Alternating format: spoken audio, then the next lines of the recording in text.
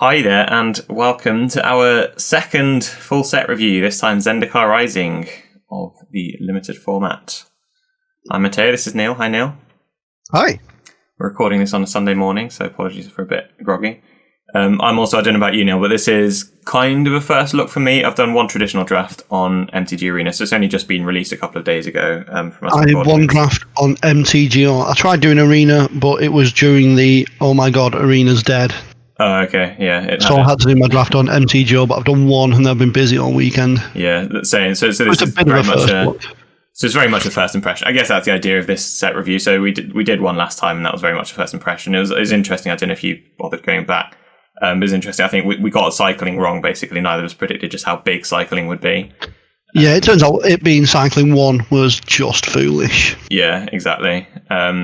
So I mean, I'm sure we said that draft cards with cycling just because it's good value, but I don't think we predicted just how dominant the cycling mechanic would be, just in and of itself, not as an incidental thing. So yeah, the disclaimer is that, you know, we haven't played this set much, so we don't have any experience with the kind of more intricate mechanics and how they play out. But this is very much a first opinion of the cards. We're going to go through every single card, just like we did last time. Yep. And not doing 2 parts like all these weak people. We might do. I might split it up if YouTube literally refuses to let me upload the video. But no, we're doing it all in one sitting. So yeah, this is. But we will also not be chatting about every card. We'll just be going, yeah, it's a 3-2 for 3. Yeah, and we're gonna focus on limited. We might mention constructed occasionally, but the main point in this review is limited, just because that's what we're both better at. So in order of the set, starting number 1, we have Allied Assault. So this is 2 and a white instant. Up to 2 dark creatures each get +X/+X until end of turn, where X is the number of creatures in your party. And party is this new mechanic for this set, which is it's up to 4. It's between 0 and 4, and it's basically how many of each of these you have between cleric, rogue, warrior, and wizard. So it's up to 1 of each of those. So if you have 3 rogues and a warrior, you've still only got a party of 2. You can only have up to 1 from each one. It's a great card to start off on because it instantly tells us about party, which is something that is going to be an ongoing thing all the way through the set, where basically you need to remember cleric, rogue, warrior, wizard. If a creature has that type, they instantly become more valuable in general. Yeah, that is true. And I think there's 2 classes of cards as well. I think it's worth, like you said, discussing this one now, because I think from what I've seen, there's 2 classes of cards with the party mechanic. Some that are fine by themselves and get better, much better with party, and then some that you basically only good if you have a decent number of party creatures. And I think this is in the latter category. So I think this card very much so. You wouldn't play it unless you've got a solid number of party creatures. Yeah, you need a bunch of party creatures as well, because 3 mana for +2/+2 is okay to 2 creatures. We've seen that kind of +1/+1 effect before. Is naff. Yeah. +1/+1 to 2 creatures is largely naff for 3 mana. But if you start getting to +3/+3, that's going to win a couple of combats for you. But yeah, I think this card's very average. I agree. I think +2/+2 is the threshold.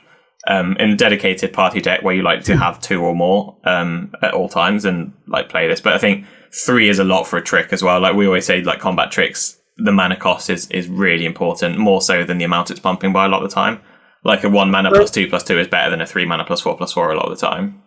Yeah, I'll just quickly go through because I have done the numbers on all the colours. So in white, you've got 10 clerics, 1 wizard, and 9 warriors. You have 0 rogues. In blue, there's 1 cleric, 10 wizards, 0 warriors, and 7 rogues. In black, there are 7 clerics, 1 warrior, 8 rogues, and 0 wizards. In red, there's no clerics, 5 wizards, 11 warriors, and 3 rogues. And then green has 2 clerics, 2 wizards, a warrior, a rogue, and then it has 2 cards that are all of them. And then in multicoloured, there's a 2 warriors, 2 clerics, 2 wizards. 2 wizards, 2 rogues, a warrior, and a cleric. And then there's an artifact that counts as all of them as well. Okay, so Two things I take from that is that some colours are more. I wouldn't have considered it. Some colours are like more weighted towards certain creature types. So I guess it encourages you to pair different colours. You can't really have a monocoloured party deck, but also green doesn't really have any. I hadn't really noticed that. So if you're trying to draft a party deck, don't go green, basically. But yeah. It's interesting because essentially what it means is, like if you're a red-white deck, you'll have clerics, warriors, and wizards, but no rogues. Like you'll really struggle for rogues. Okay. But you'll have lots of warriors because there's 20 warriors across red and white. Yeah. And then white has a lot mechanic. of clerics. I'm sure we'll see that. That's warriors is kind of a separate mechanic in itself, isn't it? There are lots of warrior synergies, like more so than other creature types, I think. Well, like it's interesting. If you're in blue-white has quite a good chance of getting fourth a party because you've got 10 clerics in white, 9 warriors in white, but then 10 wizards in blue and 7 rogues in blue. So that covers all 4 of the parties. Yeah. So that's an interesting one. White's a good one. Yeah. So in a blue and white deck, Allied Assault's probably better than like a white-green deck where you're much less likely to get. Yeah, okay. Yeah. That's good to know. All right. Next card, Angel of Destiny. This is a mythic angel that you'd expect to be really good, but I read this a few times and I don't actually think it's that good. So it's 5 mana, 3 and 2 white for 2/6 flying double strike. So it already sounds great. And it's got a really weird ability. Whenever a creature you control deals combat damage to a player, you and that player each gain that much life. And then at the beginning of your end step, if you have 15 or more life than your starting life total, and you have and this attacked, your opponent loses a game. Yeah, it's really weird because like essentially your opponent just stays at the life they're at. So they stop losing life equal to the amount of damage you deal. Yeah, so assuming you don't kill them in that combat step. So if you attack with this and they die, then they're dead. But if you attack with them and they don't die, they gain their life back. So the moment you play this, assuming you don't kill them in that combat, your opponent then doesn't lose life from combat for the rest of the game. Instead of them going down, you start going up. Yeah. Which is really weird because the point that, life gain's not great because it doesn't advance you anywhere, but this time it does advance you to winning, but also your opponent can stop you winning the game by attacking you.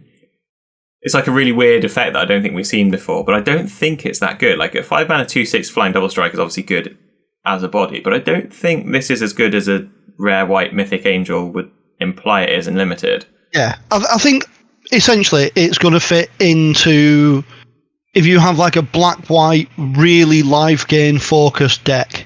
Yeah, it can be a win condition. Yeah, but then even then it's like you have to play it has to survive, then you have to attack, and then it has to still be in play at the end of the turn. Yeah, and exactly. You have to go 35 life. Because say you play this and you're on like 5 life, you've got a long way to go. You need to gain 30 life or deal 30 damage between now and this staying. Like, and you say this has to then stay in play. Like there's a lot of work you have to do to win with this. And a lot of the this seems like a lot of work. Yeah, a lot of the time you'd be better off just not playing it and attacking your opponent down. Like say your opponent's on 10, you'd rather deal them 10 than deal them 30. So I think this is I think a lot of people are going to play this and shouldn't. Yeah, exactly. I think this is actually not even that good a card. So it's a weird one. All right, next card, Angel Heart. Protector. This is just like limited fodder. Yeah, it's a cleric, so you'll play it. It might allow an attack, but so it's 3 mana 3/2 common. Enters the battlefield. Target creature gains indestructible until end of turn. Yeah, lets you get some damage through, but there's not much to say though, other than like you say it's a cleric. Archon of Emeria, 3 mana 2/3 flying. Each player can't cast more than one spell each turn, and non-basic lands your opponent's control enter the battlefield tapped. The last line is basic, irrelevant, limited. Most of the non-basic lands enter tapped anyway. It's got abilities that are basically aimed at constructed, but it's still a 2/3 flyer for 3, which is absolutely fine and limited. It doesn't have a party type, so fair enough. But but if you just look at it as a 2 and a white 2/3 flying, fine. Yeah, you're unlikely to be able to tailor the no more than one spell thing in your favour, but if you can, great. Otherwise, it's a 3 mana 2/3 flying. Yeah. Next one, Archpriest of Iona, 1 white mana for a star 2, where star is your party, this being a cleric, so it starts as a 1/2. And then beginning your combat on your turn, if you have a full party, so all 4, target creature gets +1% and gains flying till end of turn. This seems pretty good, right? You're likely to get it as a 2/2 on turn 2 most of the time, assuming you've drafted a solid deck. Yeah, you should be able to get it as be a 2/2, which is fine. As we said, maybe it's better in the white-blue decks, because it looks much like they're easier on filling the party. Yeah, or a deck with some of the creatures, like you said, that have all the types. So I think there's an artifact, isn't there, as well as the ones. Yeah, there's an artifact 2/1. There's so if you get this and then the artifact, then great, you've got a 5 mana. You got a 1 mana 5/3 flying. No, doesn't that work? Each creature can only add one type. Even the ones that are all the types only add one type. Oh, I didn't know that. So if you play the Archpriest and then play the Prismite that has all the I think it's something Pack Beast. It's still only a 2/2. Oh, yeah. I did not know that. That is you can play 3 Pack Beasts, and then it'll be a 4/2, and you'll have a full party. But each creature only adds 1. Okay. The ones that are all creature types don't add all creature types. Yeah, okay. That's good to know. So yeah, this is solid but not spectacular, I think. Yeah, it's fine. Attended Healer, 3 and a white, 2/3, so 4 mana 2/3. Core Cleric, so it's a cleric. Whenever you gain life for the first time each turn, create a 1/1 cat creature, not with lifelink, worth noting. And then 2 and a white, another target cleric gains lifelink until end of turn. This is absolutely fine. There's a bunch of ways of gaining life. Yeah, I think it's really, really good in a focused life gain deck. Otherwise, probably fine, isn't it? 4 mana 2/3 is not. It's not great, but it's not terrible. Like I said, there's 10 clerics in white, so you're going to end up with other clerics, and then just occasionally, the ability is really expensive. 3 mana is quite a lot. Yeah, you're better off with cards that gain life anyway. There's a black 2 mana 2/1 that drains your opponent for a bit when it enters the battlefield, that kind of effect. There's a 2/2 black. There's a 2/2 white cleric that has lifelink if you have another cleric. So if you've gone the 2 mana, if you've gone that punter into this on turn 4 attack, you'll get the cat. Yeah, it's not going to break the game getting a couple of cats, but it's a nice effect. It's interesting that there are a few things that benefit you from going wide, and this is one of the few ways of actually going wide. Okay, so I guess we'll see more of that later. You will in literally the next card. So the next card is Canyon Jerboa, 3 mana 1/2. Landfall, creatures you control get +1/+1 until end of turn. So yeah, this is just a really good card, even if you're not going wide, isn't it? It's 3 mana 2/3 as a baseline in itself. And with all your other creatures is just really good, yeah. Yeah, exactly. It's likely that you're attacking with it as a 2/3. Yeah. This is just a really high pick, isn't it? It's a solid, Yeah, the only problem is really obviously it's a mouse, so mouse isn't a relevant creature type, but it's just, it's one of the cards that I think not fulfilling party you would still play. Yeah, I'd happily first pick this. I think it's just a really solid creature. Yeah. Cliffhaven Sellsword, 2 mana 3/1 warrior, whatever. It's a party creature. Not much to say about that, is there? Yeah, it's Blade of the Sixth Pride with a relevant creature type. It trades off with basically any other creature. Dauntless Unity, 1 and a white for an instant, and it's got Kicker for 1 and a white as well. Creatures you control get +1/+1 to end turn, and if it was Kick, they get +2/+1 instead. So this is another go wide benefitter. Yeah. Yep. This kind of effect is traditionally okay, but not great, isn't it? You need a deck that's focused for it to make it actually great. It's one of those where essentially it's a cheap version of Allied Assault. Yeah. If you look at it as a cheap version of Allied Assault, where you get 2 creatures get +1/+1, that's fine. It's like we said, it's just not spectacular. Yeah, wouldn't worry about it. Disenchant. It's disenchant. Yeah, it's disenchant. Not that many targets as far as I've seen the set. There are some, but it's not like an artifact or enchantment. Yeah, it's a sideboard card. Yeah, it's a sideboard card. Emira Captain, 3 and a white, Flying Vigilance 1/1. When it enters the battlefield, put a +1/+1 counter on it for each creature in your party, and this is a warrior itself, so you start with an automatic party of 1. So I think this card's pretty good, isn't it? 4 mana 2/2 Flying Vigilance as a baseline, and as soon as you have one other creature, a 3/3 Flying Vigilance for 4 mana is really good. Yeah, I will go saying it should be easy enough to make it as a 3/3. And once you've got a 4/4, it's basically a bomb, 4 mana 4/4 Flying Vigilance. So this card's it's a first pick, assuming there's no rare bomb in the pack. Definitely pick this card. Emiria's Call. So this is the first of the sort of dual-faced mythic lands. Double-faced cards. So it's worth this, as this is the first one. It's worth mentioning now that these cards, I think, are better than most people think they are. Even if you think the land spell cards are good, they're even better than that, I think. It's so funny. Literally every podcast you listen to, and every pro or person who knows what's going on that you listen to, all just keep on saying this. They're these are better than you think. Yeah, and even if you have been told that and you think they're better than that, I think they're even better than that. Like, it's so good that like 4 or 5 of the lands in your deck are also spells. Like, it's hard to describe how rare and how good that is in a limited environment. That you just have, like you'll 14 lands in your deck.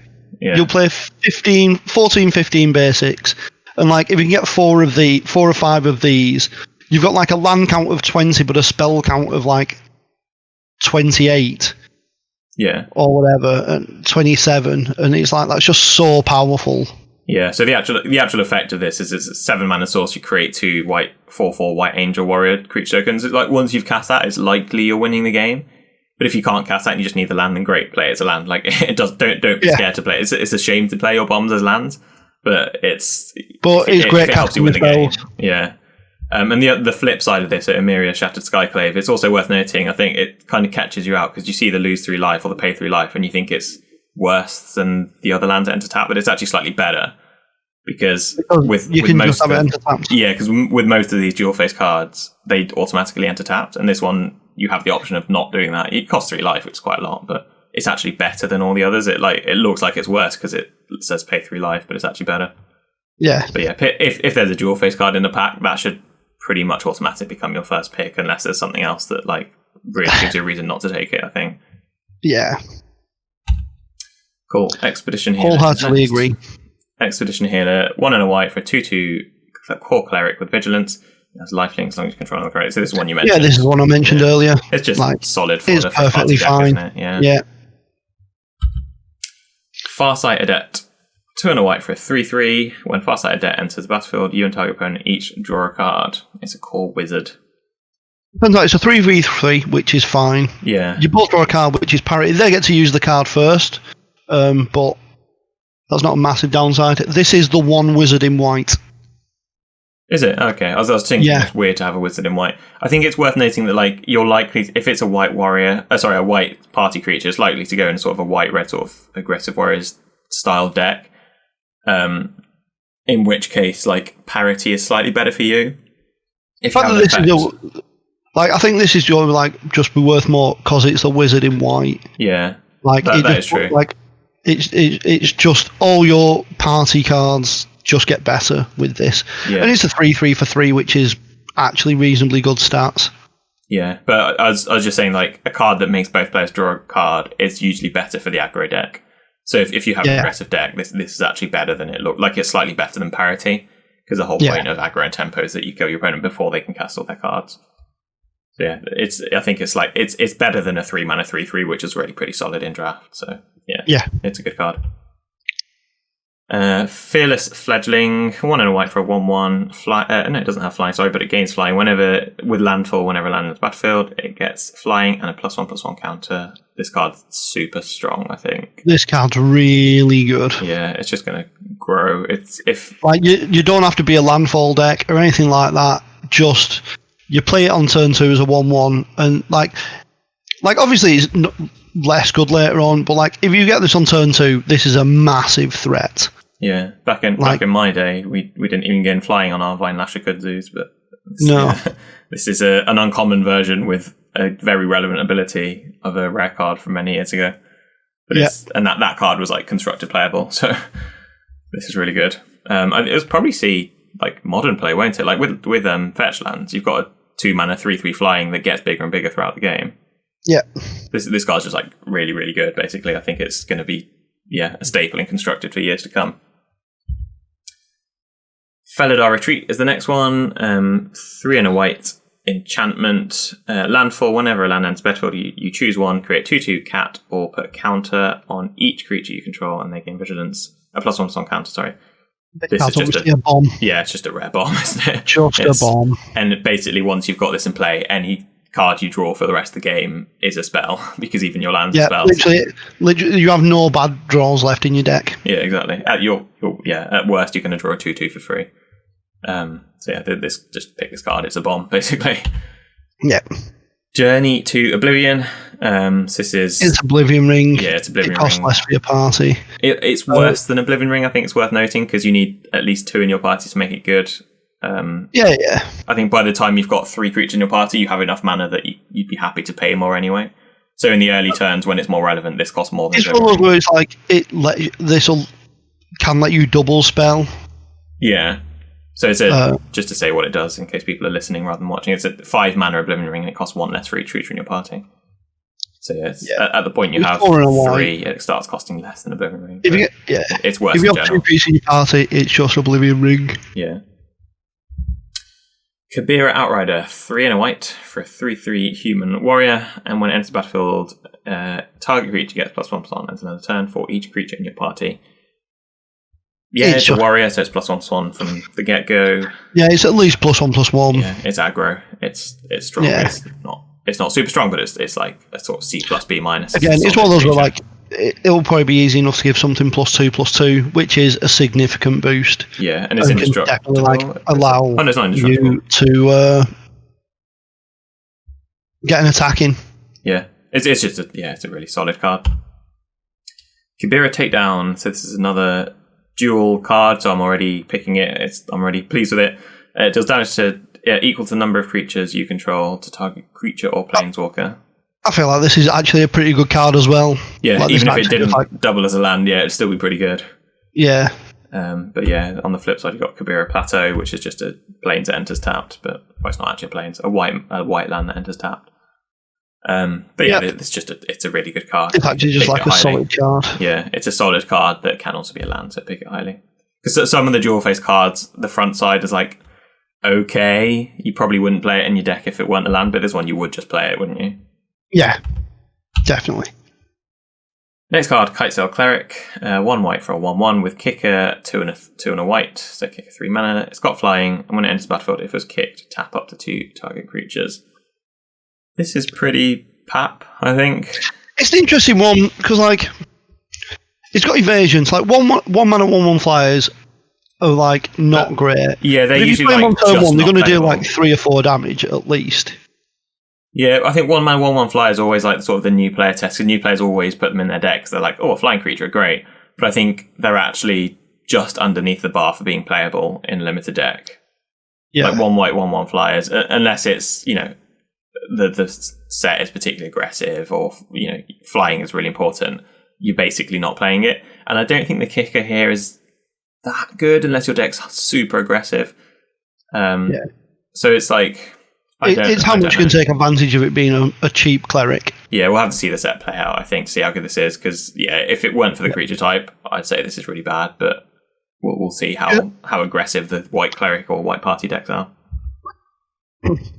Core Blade Master, 1 and white for a 1/1 double strike. Equipped warriors you control have double strike. It's a warrior itself.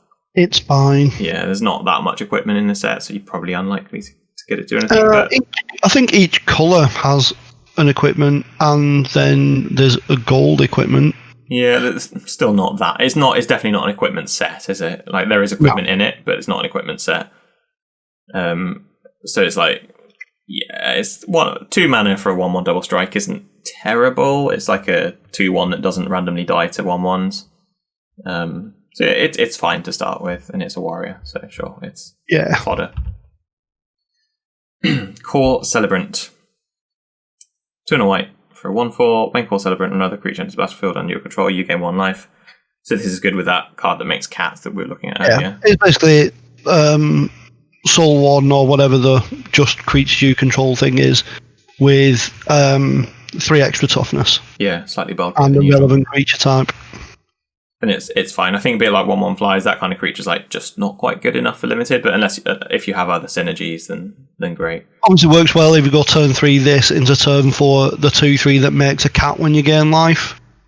Yeah, because you just instantly get 2 life and a cat, and Right, Legion Angel is next, and this is probably the kind of card that people will read it and go, well, I'm not going to have another one, so it's not that good, but it is also 4 mana 4/3 flying, so... It's just a 4 mana 4/3 flying. You'll play it, and then you'll worry about it in constructed with all the rest of the tap.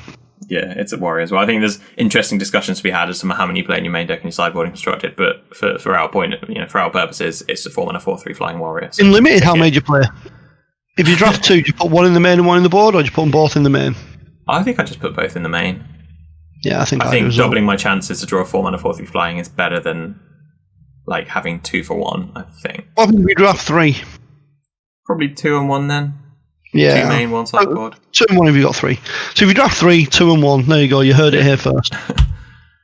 Luminarch Aspirant is a 1 and a 1. One and white really good. for a 1/1. At the beginning of your combat in your turn, put +1/+1 counter on target creature you control. Yeah, this card's ridiculous. This card's just really good. So it starts as a 2 mana 2/2, and then every turn for the rest of the game you get an extra something gets bigger. Yeah, this card's insane. Just stupid. Take it. It's great. Yeah, exactly. I agree. McKindy Ox. Let me ox your question. 4 and a white for a 4/4 Ox with landfall. Tap creature and opponent controls. Solid. Not much to say there. Solid aggressive creature. It wants to be in an aggressive deck, but you don't really want many 5-drops in an aggressive deck. In fact, it's not even solid, is it? I think it's below solid. Yeah. 4/4. McKindy Stampede. Know when you want it, you probably won't want it that often. Yeah. McKindy Stampede, 3 white, sorcery, creature you control, get +2/+2 on turn, so it's like a mini overrun, and it flips for a land into McKindy Mises. Because it flips for a land, you're picking this over most things, so... Yeah. But also, the effect is really powerful. This is one of the ones I actually really like as a land, because more often than not, you'll just put it down as a land, but then every so often you'll just be like, oh, actually, this very average effect is really good for me right now. Yeah, I don't know if it's a cycle necessarily, but I think there's an uncommon in each colour. I'm thinking like the black one as well. It's like Drain for Life, where it's like you say, most of the time you're playing this land, you're not gonna like tailor your game plan around it. But if you draw this late game, it might just win you the game randomly. Yeah, so this is a really good one for that reason, because the spell side is really powerful, but also really situational. And so this is like an actually interesting one where you do and don't play it as a land. Maul of the Skyclave. So this is the white equipment. 2 and a white for an equipment. When it enters the battlefield, attach that creature you control, which I think all the equipments in this set do. I think they all the equipments in this set have an auto-equip. Yeah. And equipped creature gets +2/+2 and has flying and first strike. This card's just really good, basically. The equip costs so expensive, though. But it's equipped 4 mana. I was going to say, if you just treat it as, like... I would be very tempted to play an enchantment that was 2 and a white aura +2/+2 flying and first strike. Yeah. Like, that's just a really powerful aura. And then the fact that you get to, like, for 4. Yeah, that you can buy back for 4. Yeah, I think this card's just really good. Yeah. Cool. Misa Lynx, 2 mana for 2/1. As long as it's not your turn, it gets +0/+2. Whatever. Sure, it's a cat. So you're learning the difference between a Mesa and a step here, folks. Steps are much more powerful. Exactly. Yeah. Nahiri's Binding. This is surprisingly common, so it's 1 white enchantment aura. Yeah. And enchanted creature or planeswalker, enchanted permanent can't attack or block, and its activated abilities can't be activated. It feels like an uncommon ability, but it's like turn passive. It's a rest. It's a rest for a slightly more awkward mana cost. I think this is just playing into the fact that creatures staying on the battlefield and being party members is actually just like an actual downside on this. Yeah, so you can have a creature that's bound but still contributing. It's still on the board. It's still a member of your party, even though it's... But still, this is a good card. Like, you should still pick this card highly, because removal is removal. Yeah. Yep. Ondu Inversion, we've got another double face card. This is another one where, like we're saying, it's like super swingy on one side, and therefore having the land on the other side is really good, because often you won't get to the 8 mana that it costs. So it's 6 white, destroy all non-land permanents. This is Planar Cleansing. That's also a land. So Planar Cleansing, a bit more expensive, but also can just play it as a land. Yeah, it's better than really good. Basically. In Limited, the fact that lands come into play tapped isn't as relevant as Constructed, so it's basically just better than Plains, isn't it? It's even less relevant in a deck that wants to play Ondu Inversion. Yeah. So yeah, definitely play it. Definitely pick it highly, definitely play it. Paired Tactician, 2 and a white for a 3/2 human warrior. When Paired Tactician, at least one other warrior attack, put a +1 song counter on Paired Tactician. Feels like it should put it on both of them. It's not a very fair pairing. Yeah. But even so, this is like, it's not amazing, I don't think, but it's a solid. I don't know, because like, having played Battlefield, Battalion Warrior or whatever it's called, the 3/2 that had to attack with 2 other creatures. Like, if you get a counter on it, a 3 mana 4/3 is really powerful. Yeah, that is true. And then it only and they grows just bigger after spirals from there. Yeah. So maybe you're right. Maybe that is really good. Practical tactics. Practiced. What? Oh, sorry. Practice tactics. It's hard to say and hard to see the image. It's very bright. It is. This is 1 white instant. Choose target attacking or blocking creature. Practice tactics. Does damage to that creature equal to twice the number of creatures in your party. This is one that you need to be very sure that they can't kill all of a relevant creature type in response. Yeah, so I guess if you've got one creature, it deals 2 damage. 1 white, 2 damage, which is okay. Play if you've got party creatures. If not, don't. I think there's not much more to say about that one. Yeah. Pressure point. 1 and a white, tap creature or card instant. Whatever, seen this card a bunch of times before. It's never been amazing. You'll largely not play it, but it's not the end of the world if you do play it. Yeah. It'll often be the first card you cut. Yeah. Board it in. Your opponent's got a bunch of super expensive creatures and you just want to force through damage. But yeah, most of the time, don't main deck it, I don't think. Prowling Felidar. 3 and a white, 2/3 vigilance, landfall, put +1 counter on Prowling Felidar. This is really solid. Yeah, it's just solid. It's not spectacular. At the first land, it's a 3/4 vigilance for 4, which is already pretty good. And then anything. It's one of those things where it turns out though, at 4 mana, you don't really, you stop wanting your lands as much. Yeah. And it's great for oh look, I've got flood protection a little bit, but you're not. You're definitely wanting to play lands 1, 2, and 3, and then you definitely want a 4th land, but you're not desperate for on turn 4. And then after that, you're like, that's the point when you start casting the spell side of your double cards, isn't it? After 4 or 5 lands. Yeah. Okay. Resolute Strike.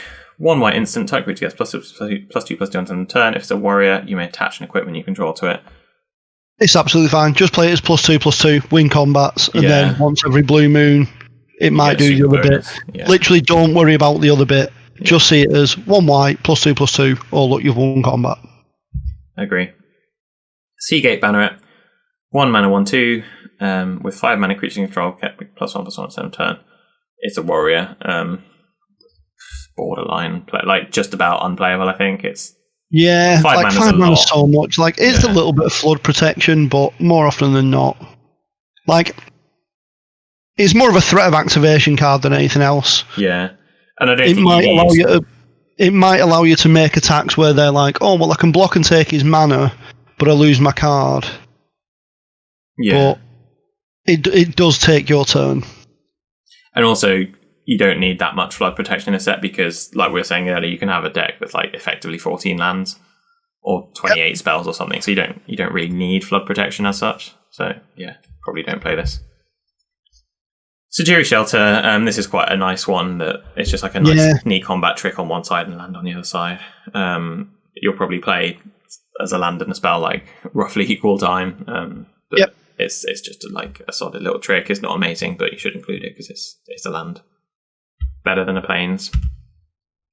You got to tell them what the trick is. Oh, sorry, I should say.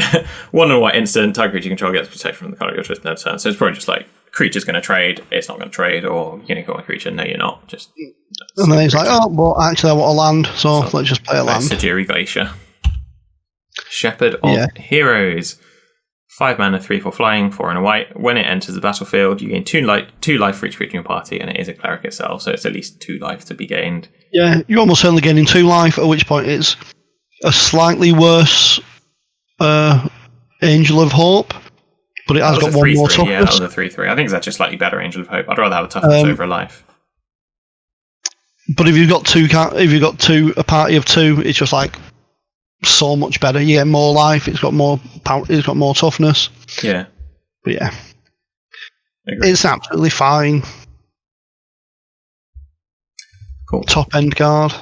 Skyclave. Not spectacular, but Skyclave Apparition is next. 1 white for a creature called Spirit. It's a 2/2, and when it enters the battlefield, exile up to 1 target non-land, non-token permanent you don't control with converted mana cost 4 or less. So it's a mini Oblivion Ring. And when it leaves the battlefield, that exiled card's owner creates an XX blue illusion creature token where X is the converted mana cost of the exiled card. They don't get the card back, it's worth noting. No. So it does remove something permanently. It does exile the thing permanently. Yeah. But they do get an XX, where X is a mana cost. It's an interesting one. I played against this, and it was naff my opponent, because they just removed one of my average monsters, then I killed their thing and got an essentially average monster back. Like, I think it is good, even though in some situations it's not going to be great. It is still really good. Just like removing a solid threat is always going to be a good effect. And like your opponent has to put work in to bring it back to a 1/1. The thing is, it's a variation on Fiend. It's a variation on Fiend Hunter or whatever, Banisher Priest or whatever, and it's probably a better version of that. So yeah, it's actually obviously fine. Yeah, I just happened to be able to deal with it and had a board that it didn't work out on. Yeah, I think it is just really solid. Like, you would pick it if you were white. Yeah, you'd play Banisher Priest and Fiend Hunter, and if they die, they actually just get the thing back. So yeah, like, they could obviously kill tokens, but I think it's actually slightly better than it. It doesn't kill massive creatures, but I think it's actually slightly better than that. Yeah, because they don't get, like, assuming you remove something that's actually a solid threat, you'd rather they have just like a generic token. Yeah. Skyclave Cleric, it's super unexciting, but it flips as a land, so it's 1 and a white for a 1/3. When it enters the battlefield, you gain 2 life, and it's a cleric, and it flips into enters tap land. So yeah, solid, super solid. Like, you'll definitely take this because it's you'll a land. You'll never not play this. Yeah. Yep. Squad Commander, 3 and a white, 3/3. It's a warrior. When it enters the battlefield, create a 1/1 white core warrior creature token for each creature in your party. So it's pretty good already. It's at least making a 1/1. At the beginning of combat in your turn, if you have a full party creature control, get +1/+1/+0, and gain indestructible until end of turn. That is insanely powerful. Yeah. This card's really good. Yeah, it turns out like it's absolutely fine as a 3/3 that makes a 1/1. If it makes 2 1/1s, that's great. If you ever get a full party, Lorks or Lordy, that's foolish. Yeah. Smite the Monstrous, destroy target creature, power 4 grade. We've seen this one before. Yep, seen before. It's a sideboard card more often than not. I don't think this is the right set for it, just because a lot of the creatures are quite small. And like, even as a sideboard card, it's like they have to have a lot of power for things, because it's a 4 mana conditional removal spell. Yeah. It's like, admittedly, like, you're generally making mana on the transaction, but even so. Tazim Raptor, 3 mana, 2/2 flying. When it enters the battlefield, you may return a land to its own hand. So it's almost like there should be a bracket after that saying, make sure you return a double-faced land to your hand. Yeah, model double-faced card. It's basically reuse your double-faced cards. Like, this card's super solid. It's 3 mana, 2/2 flying at worst. It's not gonna, like, it's not, a first pick exciting card, but it's super, like, you'll always play it. It's just really good. And at the point where you've got like 2 or 3 spell lands, it starts going up in value. Yeah. Because it just turns into 3 mana, like, draw a spell. Yeah. Tazri, Beacon of Unity. This is a mythic, so it's going to be good. It's a legendary mythic. 5 mana, 4/6 spells. This spell costs 1 less to cast for each creature in your party. So it's already pretty good. Like, as soon as you have one card in your party, it's a 4 mana, 4/6, and it gets better from there. And then it's got, so every colour but white, hybrid mana, so 2 all that colour. So 2 in a blue, 2 aura blue, 2 aura black, 2 aura red, 2 aura green. Activated ability. Look at the top 6 cards of your library. You may reveal up to 2 party types, basically, and or ally cards from among them, and put them in your hand. Put the rest of them in the library in any order. Yeah, I mean, even without that ability, it's just a big old 4/6, isn't it? Exactly. You'd probably play it just as like a 3 or 4 mana 4/6. If you get to 8 mana or 7 mana, I guess it would be in a 2-color deck. So you play like 2, 2, 2, and then a color. It starts churning out card advantage. So this card's just really good. Basically, it's not like a super bomb, but it's super solid. It's just a cheap, big, dumb creature. Yeah, that is the end of white. So we're into blue. Anti-cognition, slightly worse than a mana leak. Well, it's actually slightly worse than a remove soul, isn't it? So 1 in a blue instant, counter-type creature plays or spell unless the controller pays 2. If they have 8 or more cards in their graveyard, it actually just counters it outright, and you scry 2. Is there that much in the set that fills their graveyard? I haven't seen that much. I don't think that's that relevant an ability. No, it is. Is it? Like, that's what the black blue rogues do. Okay. Yeah, there's like a common flash fly that mills 2 when it comes in. The Binding Grasp, or like the Frost Breath, this set only targets one creature, but you mill 2 and draw a card. Yeah. There's a bunch of things that mill a couple. But I think even without, if they have been milled, this is just a really strong effect. 2 mana counter a creature, and Scry 2 is just really good. We always say like Scry 2 is kind of like draw 1 in terms of card selection. It doesn't turn into a hard counter. You do realise that? Yeah, it does. It says instead counter that spell, then Scry 2. But counter target creature or planeswalker spell. Oh no, yeah, but they can't pay 2 to stop it. It doesn't become a hard counter on any spell. No, only on a creature or a planeswalker. Yeah, but it does mean they can't pay 2 to stop it becomes Essence Scatter with a bit of work. Yeah, but then you do Scry 2, which is a really strong effect. Yeah. But even so, like in the early game, even if you haven't milled 8, it's still decent to just counter their creature on turn 2 or 3. It's still I'd still play this. I just don't want people thinking it suddenly turns into an actual counter spell. No, it becomes a hard counter, but still only on creatures and planeswalkers. Yeah. Bane Veil. It's the next one on a blue instant. Creature opponent control, get -2/-0, but it's also a land. So again, much like the white one that saves a creature, like you probably win a combat. I really like this one, because this turns out like this is the type of effect that can be a massive blowout. Like, it isn't often, but it can be a massive blowout. Yeah, most of the time, you're 1-for-1. You'll save your creature and your opponent's creature will die. Sometimes you get 2-for-1. The Holy Grail is you'll get a 4-for-1.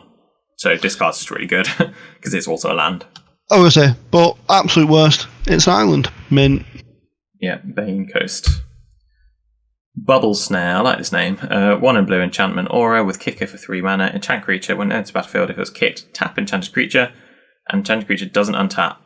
So for 1 blue common, enchanted creature doesn't untap. That's already a really powerful effect. Like, we've seen this card costing sort of 3 in the past. Again, as I mentioned in white, like the ability to double spell is so good. Like, if they attack you on turn, like you play your 3-drop, they attack you with their 3-drop, you go like, alright, that can't untap, play another 3-drop. You're just like down, so far ahead. Yeah, this card is really strong. Like, I'm surprised at how strong this card is for a common. Like, I feel like it should be an uncommon. Yeah, but at worst, it's like claustrophobia for 1 more. Yeah. Cascade Seer. 3 in a blue Merfolk Wizard, 3/3. When it enters the battlefield, scry X, where X is the number of your creature in your party. Super solid. It's just completely average in it. It's like nothing to write home about, but you'd play it. How relevant is a 3/3 going to be? Meh. Yeah.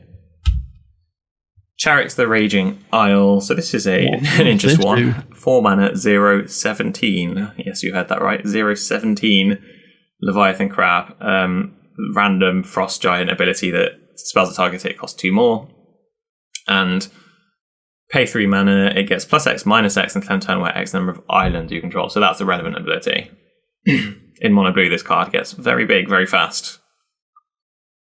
I think you still play this. Like, it's hard to judge this kind of card, but I think it's definitely a card you play in limited, isn't it? Because it blocks infinitely, and then suddenly it starts attacking for like 6. Like, if you've got 3 mana up, it's a 3/14 as a blocker. Assuming it's islands, yeah. And that's difficult. Yeah. Yeah, like, I don't think it's a bomb, but I definitely play this. Yeah. Like, it's a middle of the pack rare. Yeah. Like, there's a point with toughness where you get diminishing returns, isn't there? Like, beyond about 5, it doesn't really matter. Like, the difference between 7 and 17 is irrelevant. In this set, basically, 6 toughness and afterwards makes no difference, because there's a red removal spell that deals 5. Well, yeah. Chilling Trap. 1 blue instant. Target creature gets -4/-0 on turn turn. If you control a wizard, draw a card.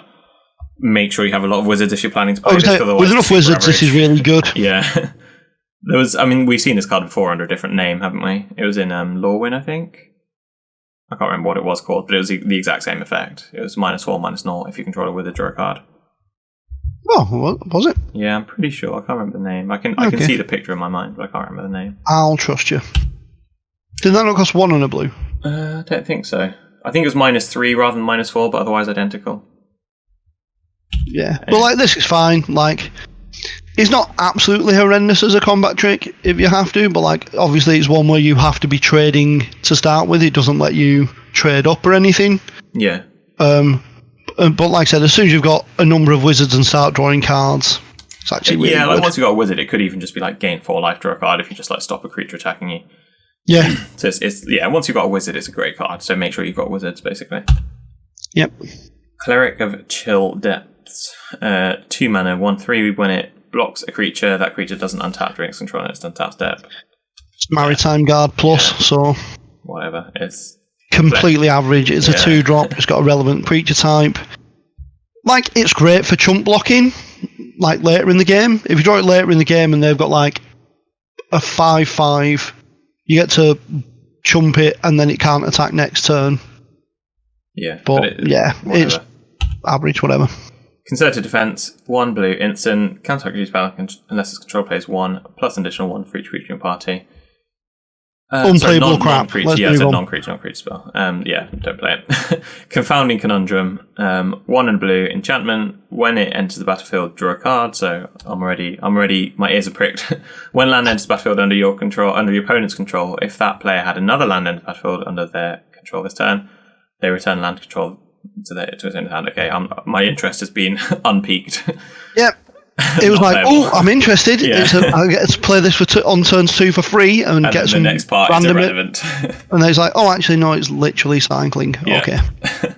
Coral Helm Chronicler, 2 and a blue for a 2/2 Merfolk Wizard. I actually quite like this card. Whenever you cast a kick spell, draw a card, then discard a card. Like, if it stopped there, I'd be happy to play this card.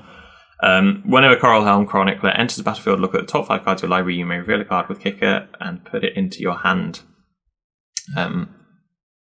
So yeah, this card. If you've got a bunch of kicker cards, this card's amazing. If not, hi it's a Sarah. 2/2. We've got a visitor. I don't think you'd play this card unless. How many kicker cards do you need to play this card? Like 3, 4. Because otherwise, it is just a 3 mana 2/2. Like at worst, it's the Grey Ogre, and that's quite bad and limited nowadays. If you cast one. Okay. If you cast one kicker card and draw off it like that, like you'd be happy with that, wouldn't you? I don't know. It's still a Grey Ogre that you have to put some work in to loot once. It's still not great, is it? Oh, it's looting, isn't it? It's not just drawing. Yeah. Okay. I think ideally you'd want to reveal something off its ability. We're just cleaning out the bike garage. Won't be a second. That's all right. I can see. It's okay.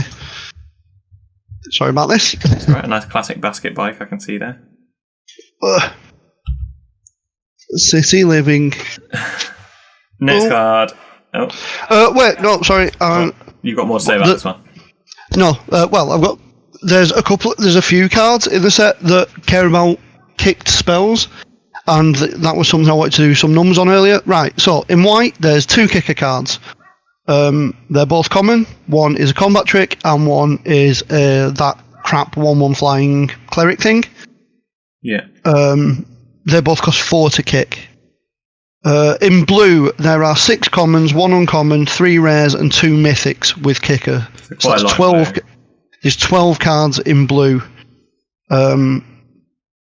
With kicker, and a couple of the commons are like a bunch of the commons only cost 3 or 4 to kick. Because I was interested in how likely you are to be able to like play a kicker card and something else, and obviously because kicker is generally kicker in this set is all more mana. There's no alternative kicker costs. It's all just more mana. Okay. In black, there's 7 kicker cards, 2 commons, an uncommon, 3 rares, and a mythic. So even though there's 7, you're not likely to have loads of them, because they're all up in rare and mythic. Red has 4 kicker cards, 2 commons, an uncommon, and a rare. There's 1 gold kicker card that's in black-green. Green has 8 kicker cards, 3 commons, 2 uncommons, and 3 rares. There's 3 artifacts with kicker, a common and 2 rares, which leaves us with 35 cards in total in the set that have kicker, 16 commons, 6 uncommons, 10 rares and 3 mythics. So basically, if you're in green-blue, there's 9 commons with kicker. Yeah, it's like... Just in pure numbers, I can say that's like more than 10% of the set has kicker. That's like 13% or something. Yeah. That's actually quite a lot. So there you go. But I just thought we'll give you a quick rundown of how many cards have kicker and such like. Yeah, so you can actually make that card work if you want to. But the next card is in fact one with kicker, Cunning Geezer-mancer, 3 mana 3/2, which is already fine on its own. 3 mana 3/2 human wizard. It's got kicker 3. If you do it, becomes a mana war for 6 mana, which is not great, but it's it's a bonus. So this card's pretty solid. This card's pretty good. Deliberate, 2 mana instant. What, deliberate? Deliberate. 2 mana's instant, scry 2, then draw a card. It's one of the first cards that'll get cut from your deck because it's never going to be anything more than a it's another one of those that's like absolutely fine if you play it, but you probably won't. Yeah. I think you're more likely to play that card in this set because you're likely to have a bunch of spells, because a lot of your spells are lands, obviously. So you're like less likely to want to cut this kind of card, but it's still not. There is a little theme in blue and red of casting spells, so yeah, there's like you're more likely to play it in that. There's stuff that makes spells relevant. Expedition Diviner, 4 mana flying 3/2. As long as you control another wizard, it gets whenever this creature dies, draw a card. This card's super solid. Absolutely fine. It's Snapping Drake that if you've got a wizard draws a card when it dies. Yeah. I would happily play that card a lot. Same. Here's another kicker card, 3 mana Divination with also kicker, draw an extra card. Sure. Again, I'll happily play Divination a bunch, and then occasionally I'll have nothing else to do, so spend 6 mana. I'll get a Divination and a half. Yeah, that's super solid. Glacial Grasp, 3 mana tap target creature. Its controller mills 2 cards. This is the one you're saying earlier, and then that creature doesn't attach its controller until it tap step, draw a card. So it's Frost Breath, but for any one creature, but you do draw a card, which I think actually makes it a bit better than Frost Breath for the most part. Yeah, it's an interesting one. Frost Breath was quite format dependent, so it's just like had to be particularly good the first set it came out in. But I think you probably play this card, but not always. I think it gets cut. Well, I think you definitely play this card if you're in the blue-black rogue deck and want to get them to 8 cards in the graveyard, because there's a few cards. I've not properly done the maths on that one yet, but like there's a few cards that them having 8 cards in the graveyard matters. So yeah. Okay. Just hope they're not playing a threshold deck. Glasspool Mimic. I think Matt posted this in our podcast chat and with the caption along the lines of, wow, Clone really has a lot to answer for these days. Clone's become a lot better. This is now a 3 mana clone. Admittedly, it can't steal your opponent, not steal, but copy your opponent's creatures. But it's a 3 mana clone that keeps Shapeshifter Rogue as creature types, which is relevant for party. And also... But it's also a land. Yeah, so... Like this card. Highly and play it. It's really good. Yep. Card's just foolish. Yeah. Inscription of Insight.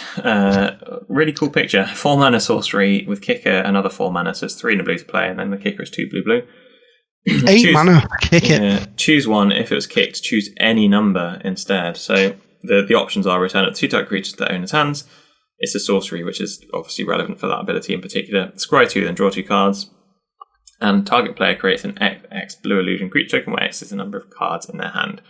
So see you later. This is a it's almost a foresight. So like one of the options is almost a foresight. So at 4 mana sorcery, that lets us anchor it as like this card is very playable and limited. Yeah. And then beyond 4 mana return 2 creatures for Honor's hands is pretty good as well. Yeah. To be fair. And if you play it as this like your first or second spell, making a 4/4 or 5/5 blue illusion creature token is also fine for 4 mana. This card, I think, is just really good. Yeah, absolutely fine. Yeah. Into the Royal, we've seen this before a couple of times, and it's always been pretty solid. I'd always play this. And this is great. This is like the ideal card you want to be kicking. Yeah. For the various, or if you play a kicked card. Yeah. It's common. It interacts with the board. It draws a card. Replaces itself. Yeah, really good. Jace Mirror Mage. Here is our first Planeswalker. So 1 and a blue. Good old Jackie. 1 and a blue for a 4 loyalty Planeswalker. It's got kick. 1 blue. Sorry, 1 blue. For a 4 loyalty Planeswalker. When it enters the battlefield, if it's kicked, create a token that's a copy of Jace Mirror Mage, except it's not legendary, and its starting loyalty is 1. So you can pay 6 and get 2 Jaces. It has +1, scry 2. 5. The kick's only 2. Sorry, I can't do maths today. +1, scry 2, super boring, and 0 mana, draw a card and reveal it. Remove a number of loyalty counters, equal that card converted to mana cost from Jace Mirror Mage. This is not exciting, is it? It's powerful, though. Is it? Yes. Why? You're just scrying. Like, what does it actually do? You're not going to draw more than a couple of cards off it. All lands are free. You just draw lands off it. So 5 mana. So let's say you do it for 5 mana. You +1 the 1 casting. Like, if you do it for 5 mana, it's really good because you're just like, all right, I'll scry with the no loyalty one and then draw a card with this one. I just don't think this is that good. If you play it for 3, like you'd scry 2. Then next turn maybe you'll draw a land, and then it's like great, it's replaced itself. But it's still only 5 loyalty, and it's still. I don't think it's. It doesn't do much. It's like slowly draws cards. I just don't think it's that good. Like I'd play it, I'd pick it and play it, but I don't think it's better than a lot of the like dual face cards. I'd much rather have most of those in my deck. I don't know. We'll see. We'll have to see. I don't know. Like you sort of like. I'm obviously more interested in playing it for 5 than 3. Yeah, once you play it for 5, it gets interesting. But even then, so if you can play it for 5 and then defend, and like you've got a blocker, you can be like, all right, scry 2, and then leave it where like you draw a good card and then have a land and something else. So you like go draw the good card, draw the land off the one that's now got 2 toughness, and draw the other card off the original that's got 5 toughness. Then it might just die. Like, what if it then just like hits a 5-drop and it just dies? I really don't think this is that good. I think best case scenario, you make it with kicker and you go like scry 1, draw 2 cards, reveal the land. Scry 1, reveal the land. So you're just drawing 2 cards a turn basically, but it's always a land. I just don't think it's that good. I don't know. Like maybe it's just crap, but I like the idea of living in Magical Christmas Land where you're just like drawing 3 cards a turn. But that's the thing, you can't. Yeah, like. I don't think there is a magical Christmas land for it. The best case scenario is you're just drawing 2 extra lands a turn. Like, great. I don't think that's that great. Anyway, Draw Disruption. Always hitting your land drops is good. Draw Disruption is a half land, half spell, so it's already amazing. It's a 1 and blue instant, and it's a 4 spike. This is the exact kind of card you want to be a land, because sometimes you just catch your opponent out. Other times you play it as a land. Great. There's not much more to say about it turns out early in the game, if you have your lands, you'll get some spell, and then later in the game you just play a land, and it's fine. It's another sort of iteration of Censor, basically. Yeah. Living Tempest, 5-man 3/3 flash flying. We've seen this card a bunch of different times under different names. This always been completely average. Yeah. This doesn't have a meaningful creature type, so largely average. Yeah, with power creep, this card's just got like worse each time it's printed. Basically, it's still fine. Really has. Not amazing. Null Mage's Dominance, X blue sorcery. It costs 3 less to cast if it targets a creature whose control has 8 or more cards in the graveyard. So this is where milling becomes important. Very relevant. 3 less to cast is very relevant. Oh, this is uncommon. Yeah, it is uncommon. It's gain control of target creatures converted to mana cost X. So if you activate it, if you like get the if you activate the mill thing, it's just it's essentially just X. It's you but pay, 3 has to be blue. Exactly. You pay mana equal to its converted mana cost to just steal a creature, which is a really powerful effect. So, but like even if it's just, like you have to be playing a deck that can make triple blue, which is but I don't think that's which is the worry. But like even at like triple blue, like at 5 gaining a 2-drop, like or 6 gaining a 3-drop is like just powerful. So even if you don't have the mill thing going on, this is still a totally acceptable card. Yeah, you definitely always play this card. It's just any card that steals creatures is basically always good and limited. Maddening. Cool. Here we go. Maddening Cacophony. 1 and a blue sorcery with kicker, 3 and a blue. Each opponent mills 8 cards. If it was kicked, instead each opponent mills half their library.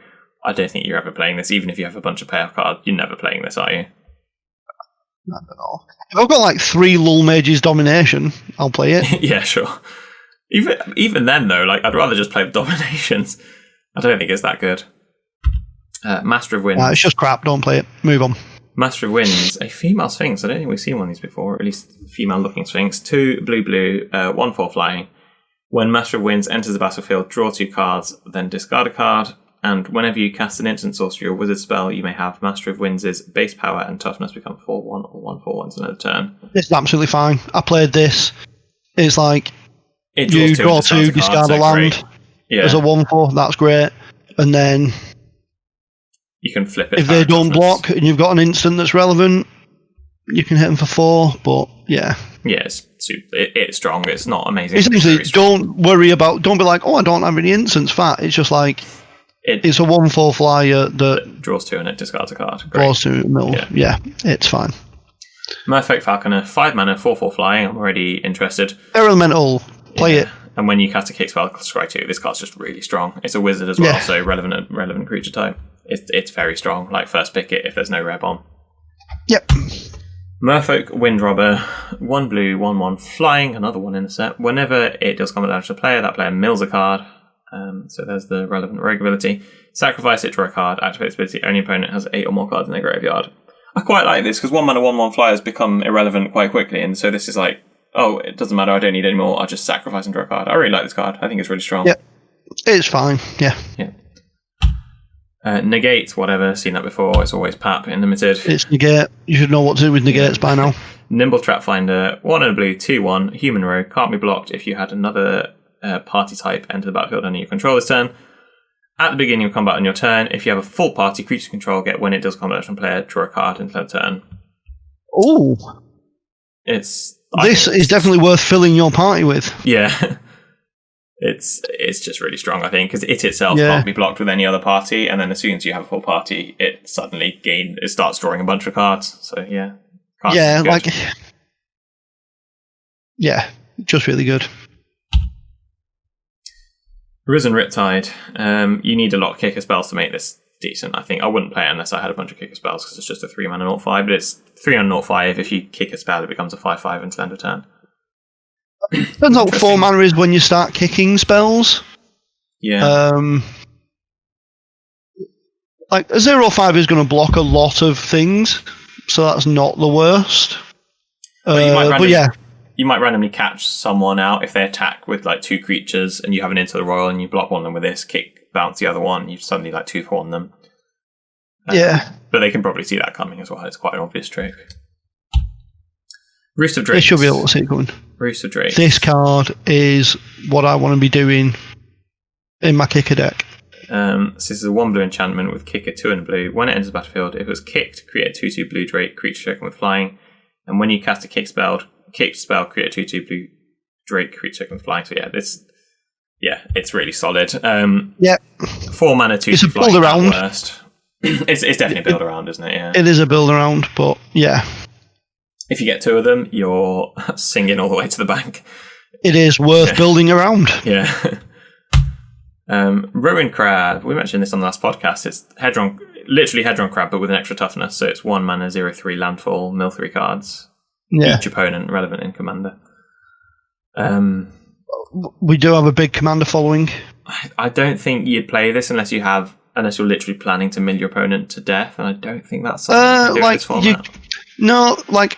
If you have enough of the rogue payoffs I still don't think you'd want this though, because a lot of the rogues mill themselves, like they mill for themselves. Yeah, but that's the whole point. Like it's the type of thing where like it turns on the rogues that want 8 cards in the graveyard really easily, but then it can just win the game on its own. I'll believe it when I see it. I don't think this card's playable unless you're literally trying to mill your opponent to death, and I don't know if that's possible in this set. Like, it's definitely possible. Next, we have our next big splashy mythic, also a land. 7 mana, Seagate Restoration. Draw cards equals the number of cards in your hand plus 1. So a bit disappointing if you just pay 7 and draw 1 card. And you have no maximum hand size for this game, but it's also a land, so you definitely play it. Yeah. I think it's less good than it turns out all the mythics that are lands, I think, are a bit naff. Yeah. I wouldn't say naff. Like, I'm more than happy with 2/4/4 Angels, but I think this one is naffer than the white one. Yeah, 2/4/4 Angels for like infinity mana.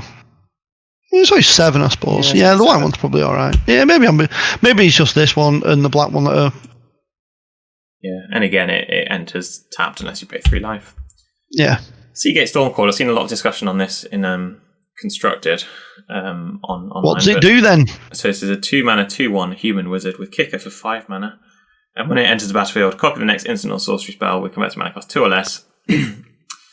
And if it was kicked, copy that spell twice. It's pretty solid. I don't know if you can make it work that well in limited. At worst, it's a 2-mana 2/1. Are there many, like, you can Into the Royal something, you can go, like, play this and then Into the Royal something twice with kicker, which is pretty good for 6 mana. Like, for a bargain, 3 blue and 3. Yeah, but I mean, I'd pay 6 mana to make a creature bounce 2 cards, bounce 2 creatures, draw 2 cards. Like, that's a pretty good effect. Yeah. But see, what I'd be more interested in, what I'd be more interested in is Seagate Stormcaller into Chilling Grasp. Yeah. Chilling Trap. Sees it's a wizard, and then you go, all right. That costs 2 or less, though. That costs 3, doesn't it? Chilling Trap costs 1. Oh, what am I thinking? You're thinking of the tap thing. I'm thinking of the one that's -4, -1. If you control a wizard, draw a card. Yeah, that's true. I mean, this doesn't have flash, though. Yeah, exactly. I think it's interesting. I think you have to put a lot of work in to make it actually pay off, but what could be interesting is if your opponent isn't thinking about it and you just play this pre-combat, then just attack, and then they're like, oh, I'll make some blocks, and then you're like, oh, Chilling Trap you? Because it's not like you have to play the instant or sorcery immediately. It's an ability that sits there, waiting to... Yeah, I think it's decent, but it's not amazing. Yeah. No. Seafloor Stalker, 2 and a blue for a 2/3 Merfolk Rogue. 4 and a blue activated ability. It gets +1/+0 until end of turn and can't be blocked. It costs 1 less for each creature in your party. Yeah, it might randomly win the game. But it's also not amazing, is it? It's like it's filler. Turns out that ability can be activated as many times as you want, though. Yeah. So if you have a full party, you can just pay 1 blue. Pay blue to give it +1/+0. It gets fire breathing. But the thing is, it gets fire breathing and can't be blocked. But even if that comes at 3, you can easily get to. If you get one other party member, that costs 3, and then just being able to go 6 attack for 4, 6 attack for 4, they'll die very quickly. Yeah. It does actually. I did play with this, and you do just the game ends very quickly. Okay. Next card, Shell Shield. She shells on the Shell Shore. 1 blue instant with kicker, 1 colourless. Target creature control gets +0/+3. If it was kicked, it gets hexproof. Super unexciting. You'll never get anything more than a 1/1 on this. So, yeah. Apart from the fact you've got all your cards that care about kick spells, and this is the cheapest kick spell going. Okay, apart from that. So I guess this is a build around rather than an exciting card. No, it goes in your build around deck. Yeah. Yeah. Silundi Vision. I'm seeing a double face card, so I'm already excited. This is 2 and a blue instant. Look at the top of this card of your library. You remove an instant sorcery card from among them, put it into your hand. Put the rest in the bottom of your library in a random order. I'm less excited because you only get 1 card out of it. But it's also land, so you're definitely playing it. I wouldn't pick this one that highly compared to the other double face cards. This one doesn't really do anything. Yeah. So this is not it depends if you've got particularly powerful. If you've got some stupid instant or sorcery that you want to go and get. But I've not seen any of them yet, so... This one's going to replace an island most of the time. It's just going to be played as a land most of the time, as a Silundi Isle. Skyclave Plunder, 5 mana sorcery. Look up to the top X cards of your library, where X is 3+ the number of creatures in your party, and put 3 of those creatures into your hand, and the rest of them bottom of your library in a random order. Wow! I did not realise this was 3+ the number of creatures in your party. I just thought it was X is the number of creatures in your party. You might easily still just whiff that. Even if you have a full party, you look at 7, you can still hit 0 or 1 creatures. I don't think this card's playable. Well, you just draw 3 cards. Assuming you hit 3... Oh, no, wait, sorry. No, it's just draw 3 cards. At worst, it's 5 mana, draw 3 cards. So this card's actually really good. So I thought it was draw 3 cards that have party types. I didn't realise that... No. Okay, yeah. No, it's just draw 3 cards. Yeah. It's 5 mana, draw 3 cards. Or 5 mana, draw 3 of the top 3+ X cards. Okay, in which case, I'm more than happy to play this. This card's very good. If you can find somewhere to cast it, this card's fine. Yeah. Skyclave Squid, 2 mana, 3/2 defender, landfall. It can attack. Whatever. Play it if you need to, but don't if you can avoid it. A 2 mana 3/2 is going to trade up nicely quite a lot. So. But it's not exciting. Sure-footed Infiltrator, 4 mana, 2/3, Murphic Rogue, tap another rogue, it gets unblockable until end of turn, and when it deals combat damage to a player, draw a card. This card's very good. Yep. Very good. It's not super, but it's like you're always going to play it in a blue deck.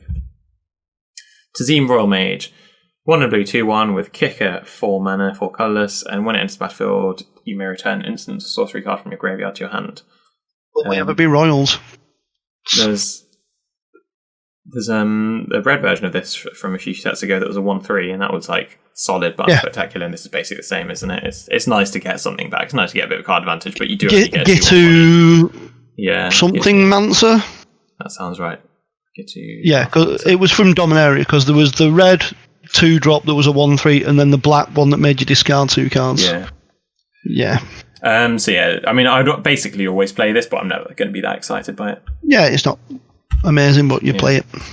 Thieving Skydiver, 1 and a blue, 2/1 flying with Kicker X. X can't be 0. When it enters the battlefield, it is kicked, gain control of target artifact with converted mana cost X or less. If there's an equipment, you can attach it. Not that relevant ability in limited, but it's a 2 mana 2/1 flying, so you're going to play 2 mana 2/1 flyer, you'll play it. Yeah, like it doesn't even have the rider that it can only block creatures with flying, so this is definitely just play it. Yeah, it's a really strong And then every so often you might be like, oh, bargain. Stealing equipment. Steely. Next card, Umari Wizard, 4 in a blue, 4/3, flips as land, so as always. This card's really good. As always, really good. Whenever you cast an instant sorcery spell, it gets flying to end turn. Yeah, this card is one of the better non-rare double face cards. It's just super solid. It's basically a 5 mana 4/3 flying most of the time. Like if you're a blue deck, you're likely to have a bunch of instants and sorceries. So it's basically this card's really good. Yeah, very high pick. Always going to play. Yep. Wind Rider Wizard, 2 and a blue for a 2/2 flying. Whenever you cast an sorcery spell, you may draw a card. If you do, discard a card. Yep, I'm never going to turn down a looter. 3 mana 2/2 flying as a baseline is very good, and it's a wizard, which is relevant. Another very solid card. It's a Windrake plus. Like, power creep's just a thing, isn't it? We'll deal with that. Zulaport Duelist, 1 blue for a 1/1 flash human rogue. Sounds like it's going to be an interesting card. When it enters the battlefield, up to 1 target creature gets -2, -0 until end of turn, and its controller mills 2 cards. It's a. I played with this. It's actually really good. Is it? It's surprisingly good. If you have like rogue, if you have rogue synergies, like I had the blue-black, there's a blue-black uncommon rogue that when they have 8 cards in their graveyard, your rogues get +1/+0, and like just having a combat trick. See, it just kills any X1s. Like it just eats an X1 a lot of the time, and then mills them for 2. Yeah, like as long as you have like the little rogue synergies where you can. There's a 1/4 black rogue that you can tap another untapped rogue to give it death touch. So like little cheap flash rogues have like a lot of synergy in the blue-black rogue. I think that card just has death touch anyway. If you have another rogue, the one you're talking about, we'll probably see it soon because we're into black. Well, all right. Acquisitions Expert, 2 mana 1/2. It's basically a Ravenous Rat. So it's Ravenous Rats, but if you have more creatures in your party, they reveal it's Burglar Rats. Yeah, it's fine. It's fine. Yeah. I think it's better than Ravenous. It's 1/2 and it can reveal more cards. So it's pretty strong, I think. Yeah. Agadeem's Awakening. Push pineapple, shake a tree, whatever the lyrics are. X, black. Sorcery, return from your graveyard to the battlefield any number of type creatures that each have a different converted mana cost, X or less, and it's also a land. So this is the big black splashing mythic. Yeah. I think that effect's quite powerful. It's hard to judge. It can be. It's one of those where, like, every so often it'll do stupid stuff, but a lot of the time you'll, like... It's the fact that it has to be X or less, so, like, it's... If it costs 6, at most it gets 3 creatures back, and that's if you're playing any one mana punters. Yeah. So like at 5, it's getting 2 back, maybe. Probably like you can probably get 2 back for 5, which isn't horrendous. And then I think the most common casting will be for 6 mana, getting back a 3-drop and a 2-drop. Yeah. Oh, sorry, you can get 2 back for 6. Sorry, 2 back for 6. Yeah. Like maybe 3 back for 7. Like 6 or 7's where you're going to be casting it, and it'll be could be powerful. So yeah. Agadeem, the Undercrypt, is the other side of it. Black Bloom Rogue, 2 and a black, 2/3 Menace. It gets +2/+0 as long as an opponent has 8 or more cards in their graveyard. This card's really pretty good. Solid. Really good. Pretty solid already, and it's also a land.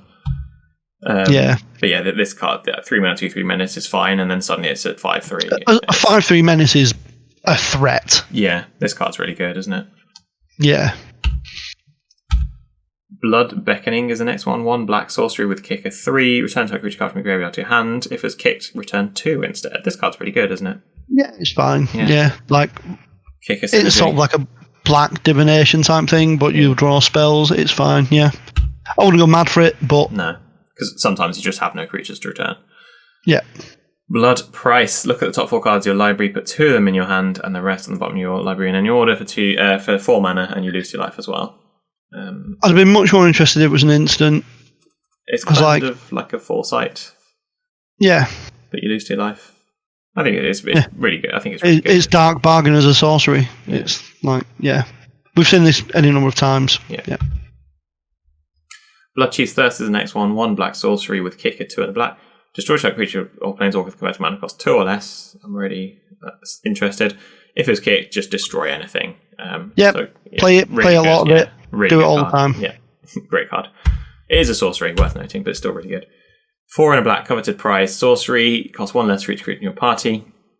Search your library for a card, put it into your hand, and shuffle your library. If you have a full party, you may cast a spell with converted mana cost 4 or less from your hand without paying mana cost. This card's really good, I think. In Constructed, I think it's going to be really good, but even in Limited, like it could be like 2 or 3 mana, find your bomb. You don't think that's good? No. When was the last time you played Diabolic Tutor? Yeah, Diabolic Tutor costs 4 though. If it cost 2, you'd play it, wouldn't you? No. Okay. What if you have a really powerful bomb? Did you play Demonic Tutor? I have never played that in Limited, so I can tell. I played in Cube, so I've never played a Limited format where Demonic Tutor was legal. What about Grim Tutor? Would you have played Grim Tutor if it didn't cost you 3 life? In M20. M21, whichever no, then, because I can't remember ever having cast it, so I guess the answer's no. Okay, I take it back, this card's not great. Like, even with a full party, it might become playable. Yeah, because then it's just 1 black, play a card from your deck. It's 1 black, play a 4 casting cost. Yeah. Deadly Alliance, 4 and a black instant, cost 1 less for each card in your party, destroy target creature. Planeswalker, removal is removal. Play lots of them. Yeah, removal is good. Even at 5, it's fine. It'll probably cost 4. Mine cost 3. Demon's Disciple, 2 and a black. Human Cleric for a 3/1. When it enters the battlefield, each player sacrifices a creature or planeswalker. We've seen this card a bunch of times under different names. It's just Fleshbag Marauder. It's always Fleshbag Marauder with a relevant creature type. Yeah. Drana, the Last Blood Chief. Here is a sort of named mythic from the set, so hopefully it's a good one. 3 black, flying 4/4. Already very playable. Yeah. When it attacks, defending player chooses a non-legendary creature card in your graveyard. You return it to battlefield with +1 strong counter on it. It's a vampire. Yeah, this card's a bomb. Yep. Every time it attacks, you get a creature back from your graveyard that's bigger than the first time. Oh wow! When it attacks, I just thought it comes into play. Jesus. Okay, that card's silly. Drana Silencer is next. This is not as good as other Necrotile effects we've seen, but it is a Necrotile effect. So it's 6 mana, 3/2. This is the only black. This is the first creature we've seen in the set that costs more than 5. Ah. So it turns out white, nothing costs more than 5. Blue, nothing costs more than 5. In black, this is the only creature card that costs more than 5. Oh. So this is the effect. It's a 3/2, and the effect is it -X to a creature where X is the number of cards in your party. So it's minimum -1, probably -2. Blighted Catoblepas, basically. Yeah. Cthulhu Pass. Dreadworm is next. 5 mana, 5/4 landfall, gains indestructible at the end of turn.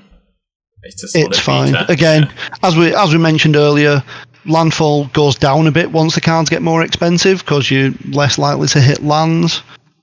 But obviously,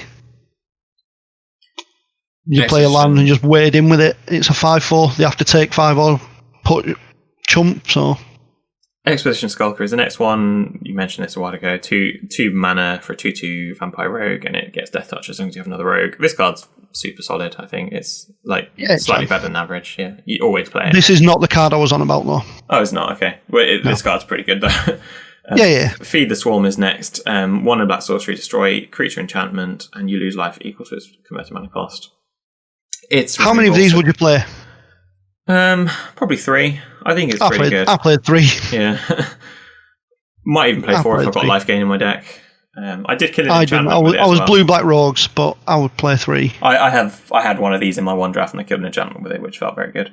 Which is weird because black doesn't normally kill enchantments. My opponent played the 4-drop rare white enchantment, that Felidar retreat thing. And I'm like, I'm blue-black, and I'm like, oh god, that's a nightmare. And I was like, oh wait, pay 4 life. Turns out, yeah, good card. Yeah, not amazing, but very solid. Ghastly Gloom Hunter, 2 mana for a 1/1 flying lifelink with kick of 4. If it's kicked, it enters battle with 2+1 song counts on it. So 6 mana, 3/3 flying lifelink, not amazing. This is absolutely fine though. Yeah, it's like the definition of average. I think 2 mana, 1/1 flying lifelink is average. 6 mana, 3/3 flying lifelink is average. It's never going to be stellar. It's always going to be average. Yep. It's if you've got cards that want you to gain life, then by all means play it. Like I was going to say, like that's the thing, isn't it? If you've got like some life gain synergies, it gets a little bit better. It's repeatable life gain. Gruul Draz Mucklaw, 3 mana 2/3. When it dies, put a +1 counter on another target creature you control. Fine. Yeah, it's fine. There's some like +1/+1 counter synergies in the set, but like it's probably going to get cut first. It's unspectacular. Yeah. Hagra Constrictor, 3 mana, snake, 0/0, enters battle with 2+1 song counts on it, and each creature you control with a +1 song counter on it has menace. So here is one of the cards with +1 synergy. It's basically a 3 mana 2/2 menace. Which is fine. Yeah, which is fine. And it might give some other things menace. Yeah. Yeah. Not spectacular, not horrendous. Hagra Mauling, this card is very, very good. 2 black instant, costs 1 less for each. If an opponent controls no base land, so it's basically irrelevant and limited. But it's destroy target creature for a 4 mana instant. Oh, and it's also a land. Yep. This is A+, take it. Yep. Yeah, 100%. It's not A+, but like, it's just take it. Yeah. Highborn Vampire, who cares? 4 mana 4/3 Vampire Warrior. It's relevant. 1 relevant creature type on a 4 mana 4/3. So sure. You can because it's the only warrior in black, and I did indeed play it in my blue-black rogues deck because I had 3 of the Deadly Alliance. Yeah, okay, well there you go. Yeah. Inscription of Ruin. Here is another part of that cycle. So 3 mana for sorcery, kick of 4, and again it's choose 1 or kick them all if it was kicked. Choose them all if it was kicked for 7 mana. Target opponent discards 2 cards. Return target creature card with converted mana cost 2 or less from your graveyard to the battlefield, or destroy target creature with converted mana cost 3 or less. Like, this is great. All 3 of those options are absolutely fine. Yeah. Like, it's mind rot. It's vanquish the weak as a sorcery. Or whatever. Yeah. Yeah. Just take it, play it, it's fine. Yeah, exactly. Lithoform Blight. 2 mana enchantment aura, enchant land. When it's battlefield, draw a card, so already playable, I guess. Yeah. Enchant land loses all types and abilities, and it becomes tap for colourless or pay 1, add 1 mana of any colour. So it turns your land into City of Brass. No, not quite City of Brass. Better than City of Brass. Yeah, Mana Confluence. Yeah, that's the one. I don't think this is playable. Having said it's already playable from draw a card, I don't think the ability makes it worth including as a spell slot in your deck. It's not very good, is it? I played it. Okay. How was it? But it was fine. Like, it actually works for me, but that's because I'm an incredibly unlucky player, so I got screwed a bunch of times, and it turns out when you draw 3 swamps and a Lithoform Blight, you're like, oh, that's alright, I can cast my blue spells. And nice. I was splashing the blue-white gold card, and it let me cast that. But yeah, like, it's not something I would necessarily play. Yeah. Malakir Blood Priest. I really like this card. So 1 and black, 2/1 Vampire Cleric, and when it enters battlefield, you drain life from your opponent equal to the number of creatures in your party. Oh, I've just noticed one of the lines has got 3 X's on. XXX. Nice. I think this card's like super solid. Yeah, absolutely. Even if you fine. only drain 2 or 3, like it's still good to have a 2 mana 2/1 with like super haste. It attacks unblockably on the turn that you play it, and also gains you some life. Yep. Card's super solid. I think the deck I drafted had 5 of these in, and I drained a lot of people out. Malakir Rebirth is next. 1 mana instant, choose type creature, you lose 2 life until end of turn. It gets, when it dies, returns to battlefield tapped under its owner's control, so it just saves a creature for 2 life, which is unspectacular, but it's also a land. So we're going to play this. Marauding Blight Priest, 3 mana, 3/2. When you gain life, each opponent loses 1 life. Not as much, so it's worth noting they don't lose as much life as you gain, they only lose 1 life. They just lose 1. Yeah. But it is 1 life each instance, so like if you do gain 1 life a bunch of times, that will actually trigger each time. Yeah, I think it's just like a lot of the black-white cards, like when you do something for the first time each turn. Yeah, they're like when you gain life for the first time each turn, whereas this one is just each time you gain life. Card's fine, not much to say. Yep. Mind Carver, here's the black equipment. 1 black for equipment. When it enters battlefield, attach it. Equipped creature gets +1, +0, or +3, +1 if an opponent has 8 or more cards in their graveyard. And +3, +1's a lot. It is a lot. So if you have the deck that's likely to if you're in the rogue deck, then it's very good. Otherwise, super unexciting. Mind Drain is next, so here's a 3 mana sorcery. It's Mind Drop, but they also mill 2 cards, and you also drain a life. This is really good, I think. Yeah, it's actually pretty good. But again, this is where they've just tacked on, like, set relevant abilities to a card we already know. Yeah.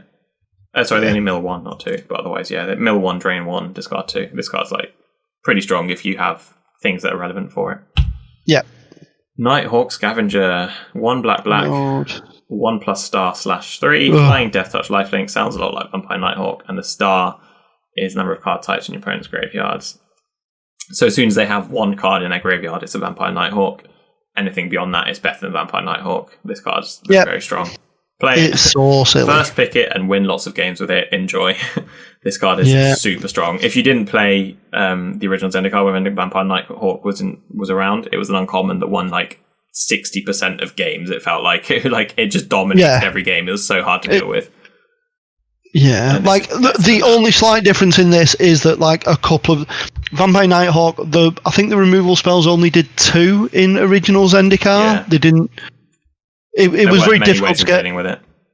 Yeah, it was very difficult to get it off the board. Whereas it's a bit easier to get it off the board this time. But even so, it's super strong. Nimana Skitter Sneak, 4 mana human rogue. It's a 3/4, and as long as the opponent has 8 or more cards, it gets +1/+1 its menace. So it's a 4/4 menace. Yeah. Good, this is absolutely fine. It's got to be a 4/4 menace a bunch of times. Yeah, it's fine. Nimana Skydancer, 3 mana 2/1 flash flying. Enters battlefield, they mill 2 cards. Again, like solid. Not amazing, but if you want to mill your opponent, this is the card to be doing it. Yeah, things are 3 mana 2/1 fly is fine. Null Priest of Oblivion, 2 mana, 2/1 with Menace and Lifelink. Already sounds pretty good. Kick a 4. If you kick it, return target creature card from your graveyard to the battlefield, so it becomes a Raise Dead. Not Raise Dead, a Zombify. It's not a bomb, but it's like you'd always play it in black. Pretty good. Yeah, you'd 100% always play it in black. It's like a solid B. 2 mana 2/1 like 2 mana 2/1 Lifelink's a card that you've like essentially always played. Yeah. Like Child of Night, and giving it Menace. Yeah, I look at these days. I look at a rare creature and I assume it's going to win the game. This one doesn't win the game by itself, but it's still like you would always 100% play it and you'd pick it highly. Like I'd gladly first pick this. Yeah. Oblivion's Hunger, 1 and black instant. Target creature control gains indestructible on turn. Draw a card if it had a +1 some counter on it. I don't think this is very good. It's a lot of work to do to get the draw a card. Like I wouldn't build a deck around it, but maybe if you have a bunch of counters in your deck already, play it. Like if you've got a few creatures that you really want to keep around, like a few like actual bomb creatures, you can maybe play it, but generally I wouldn't. Yeah. Halakha Predation is next. It's a land, double face, so great. If not, it's a 3 mana, opponent reveals a hand, you pick a card with converted Mascot's Real Greater, so it's almost a coercion. This card's super strong just because it's double face, not much more to say about it. Yep. Sign of the Swarm, 5 mana 3/3 flying. When you gain life, put a +1 some counter on it. In the life gain deck, this card's like ridiculous. Yeah, it's so silly. Otherwise, it's like as a base, like the floor is still quite high. 5 mana, 3/3 flying, still pretty solid, and it's a cleric. Yeah, so yeah, like quite highly. It's got a relevant creature type. It's one of those where, like, we were talking about the blue 3/3 flash flyer, and it was like, it's a bit naff. But then this doesn't have flash, but like it's got a relevant creature type, and that upside is just so silly. Yeah. Scourge of the Skyclaves. We had debate about this on our last podcast. In limited, I don't think it's that good. I don't think it's even playable, possibly in limited. But it's 2 mana star with kicker for 5. If you kick it, each player loses half their life rounded up. And its power and toughness are each equal to 20 minus the highest life total among players. So, like, you're rarely going to be able to cast this before turn 5 or 6 at limited. Obviously, you're not casting on turn 2 very often. But then beyond that, if you cast it when you're both on 10 life, it's a 10/10. So actually, maybe this is really good in limited. It's quite hard to judge, isn't it? Yeah. It's a 2-drop that doesn't cost 2. It's essentially, I think I said this on the podcast, basically, later on, you're going to get to double spell. And it turns out your two casting cost spell, which usually you're like, oh man, I got to, like, whilst it's not very powerful, I did get to do 2 things on this turn, which gives me an advantage. This is the type of thing where you get to go like, oh, play my 4-drop, and actually my 2-drop is a 5/5. Yeah. And it turns out like that's really powerful. Yeah, so maybe this card is really good. I think I have to play it to see, because it's like such a weird effect. Yeah. Shadow Stinger, 3 mana, 1/4. This is the one you're talking about. So it's a vampire rogue. Tap another rogue, it gains death touch in a turn, and when it is combat to a player, they mill 3 cards. I think this is okay. I don't think it's amazing. It looks like it should be really good, but it's not like 1/4s that you can give death touch are really powerful. Yeah, they're never going to be terrible, are they? Yeah, but it was more a case of like the blue 2 thing that comes in and gives -2, -0, and like you've got the Nimana, Sky Dancer, and there's the uncommon blue-black one, are all flash rogues. So the fact that like you can give catch your opponent out. Yeah. The Sky Dancer I'm less interested in because it's 3 mana, so people are always wary when you've got 3 mana up anyway. But like just like a single blue, to be able to like reduce something's power and give this death touch is just like so powerful. But yeah, it's like But milling 3 is pretty powerful as well. Shadow's Verdict, 3 black sorcery, exile all creatures and planeswalkers with mana cost 3 or less from the battlefield, and all creatures and planeswalkers planeswalk cards with mana cost 3 or less from all graveyards. This is like, you can definitely very much win the game with this if your opponent's got a bunch of small creatures and you don't. It's very much like a play around and win with. Sometimes it won't do anything if you get beaten down by 4 casting cost creatures, but like you said earlier, most of the creatures in this set are quite cheap. Yeah. So yeah, this card's very strong, I think. Skyclave Shade, 2 mana for a 3/1, can't block. It's got kicker 3, and if it's kicked, it enters the battlefield with 2+1 some cans on it, so it's 5 mana, 5/3 if you want it to be. And landfall, if it's in your graveyard, you may cast it from your graveyard this turn. So this card, you can't block. There's no explanation for why it's a shade and it can't pump. Yeah, I thought that when I first saw it, I was like, where's the pump ability? I think this card's really good though, even though it can't block, it's super aggressive and super hard to deal with. This card's really good. Like, you just attack with it and then like... Yeah. Yeah. This is going to win a lot of games, I think. Because as soon as you get to 5 more mana, you can kick it from your graveyard as well. So you're getting a 5 mana, 5/3 can't block for free every time they try and hit it. That's really powerful. Because that's something that they're unlikely to be able to just like block and ignore. Yeah. Skyclave Shadowcat. Yeah. 3 and a black for a 3/3 cat horror, so no relevant creature types. 1 and black, sacrifice another creature, put a +1/+1 counter on it, and when a creature you control with a +1 counter dies, draw a card. Yeah, this is like another small push for the +1/+1 counter theme, but it's hard to get the payoff, though, isn't it? Yeah, I don't think it's going to do much. Soul Shatter. Each opponent, 2 and black instant, each opponent sacrifice a creature planeswalker with the highest and most mana cost amongst the creature planeswalkers. And this is the okay way of doing the edict. Yeah, so it turns out Crackling Doom, but easier to cast and they don't lose life. So we've kind of had this card before, and it was really strong back then. So I think it's one of those where like edicts are generally a bit naff because like at some point they'll just have like tokens and tat lying about that they're like just able to sacrifice off, and this is like no, your biggest thing. I think it's worse than just solid removal in like straight removal in limited because they're unlikely to have. It's unlikely that the creature you want to kill has hexproof or whatever. Yeah, but it's still like this. This was made with constructed in mind, I think. Subtle Strike, 1 and a black instant. So good. 1 black instant. Choose one or both. Creature gets -1, or put +1 some card on a creature. This is the type of combat spell I want to be playing. Combat trick. At worst, you'll get a 1/1 where your opponent's 4/4 is blocking your 3/3. You swap their power toughness, and yours sticks around as a 4/4. Like at worst, it's a 1 plus like a 1/1 with an extra bonus. At best, you're getting a 2/1 for 2 mana. So yeah, super strong. Tabarak's Hope's Demise is next. I had this in my deck. Tabarak's. It's pretty good.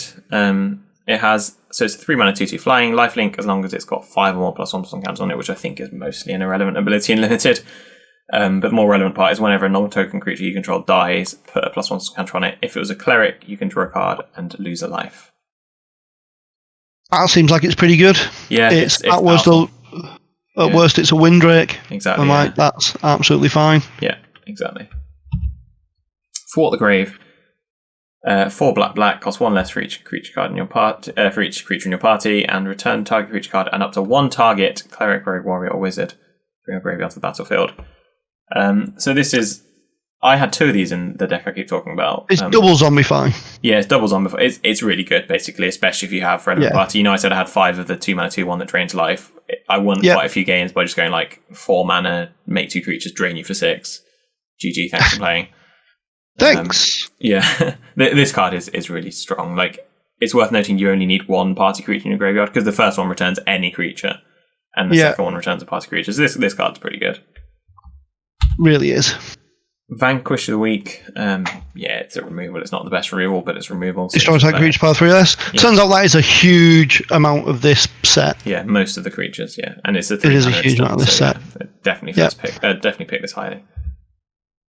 Zoth Consumption. 6 mana. Each opponent loses 4 life. You gain 4 life. Also a land. Again, it's the kind of card that, like most of games, you're going to want to play. Most games, it's just going to be a land. But sometimes, occasionally, you're just like. Actually, I'll drain you for 4. It's like the white overrun card. Like sometimes you just draw and win with it. Yep. And we're on to red. I'm going to ask you to start reading the card names out because my throat's getting a bit sore. So I'll hand it over to you. You start reading what the cards do from now. So on to red for Akoum Hellhound. Akoum Hellhound. It's a 1 casting cost 0/1. And it turns out Step Links is now on fire and an elemental dog. Yeah. Whenever it's got landfall and whenever a land comes enters the battlefield under your control, it gets +2/+2 until end of turn. So it literally is just Step Links on fire as a dog. Yeah. So it's not that early on it's great, late on it's crap. You'll get like 4 or 6 damage in with it maybe, but it's people will almost certainly overplay it because they did with Step Links because they think it's amazing in constructed, and it turns out it's nowhere near as good in limited. Yeah.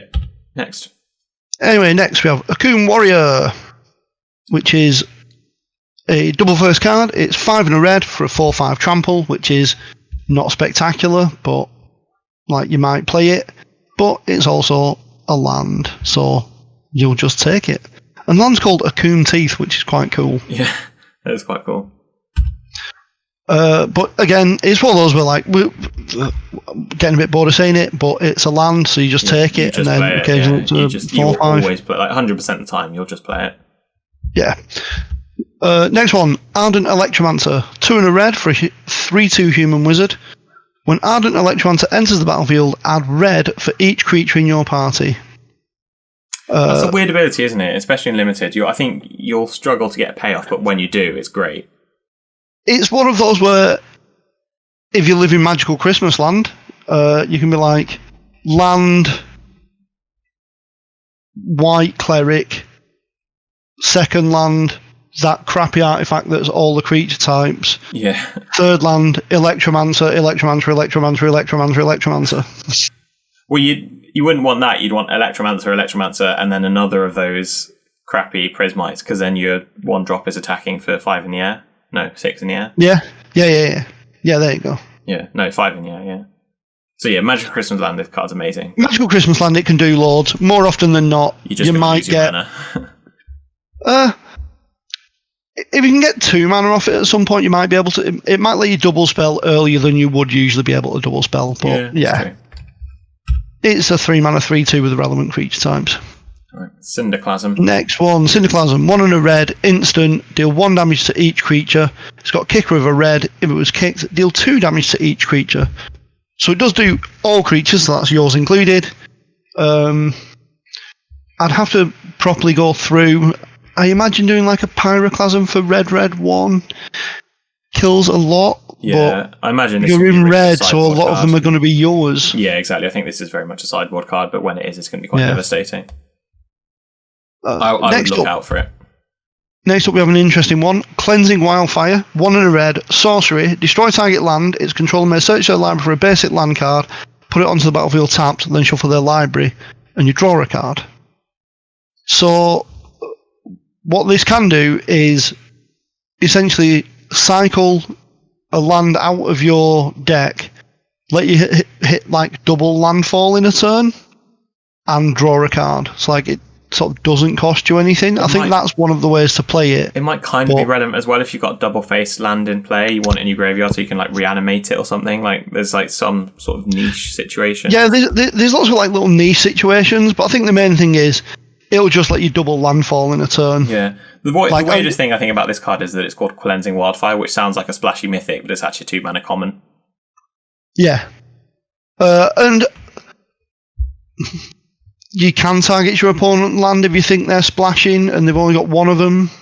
But, like, yeah. Essentially, it's not all those cards where it does a nice little trick and you'll almost certainly end up cutting it. Yeah. Next up, Expedition Champion. 2 and a red for a 2/3 human warrior, and it has +2/+4 as long as you control another warrior. So a 3 mana 4/3 warrior is really good. Yeah, this card beats hard when it wants to, when you activate it. In your warrior deck, this will do a lot of damage. Yeah. Next up, Fireblade Charger. A single red for a 1/1 goblin warrior. As long as it's equipped, it has haste. So that's a bit weird. When it dies, it deals power equal to its damage equal to its power to any target. So obviously, this is just meant to go in a big equipment deck. Yeah. Unless you've got equipment, just don't play this, basically. Yeah, it's just tat. Yeah. Although saying that, it's at worst, it's Goblin Arsonist. That's quite bad, though. It's not that was always only good if you had other synergies with it. It trades for 2/2s. Anyway, yeah, that's true. Largely don't play it. Next up, 1 and a red, Fissure Wizard. A 2/1 Goblin Wizard for 2. When it enters the battlefield, you may discard a card. If you do, draw a card.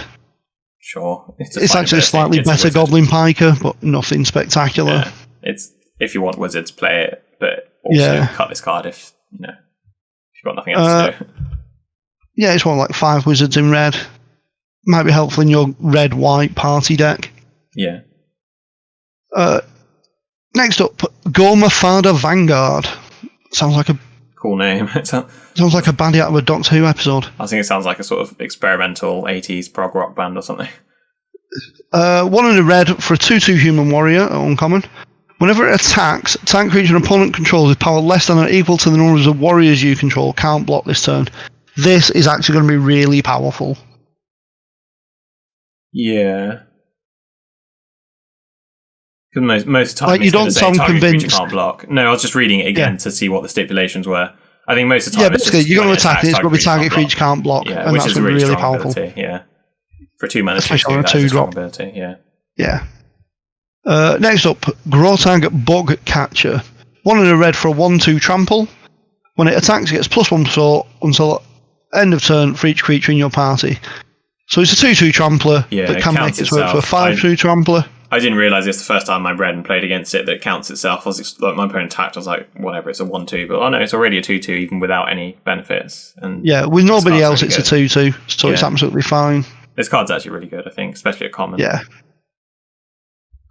Then we have Grotag Night Runner. This is 2 and a red for a 2/3 Goblin Rogue.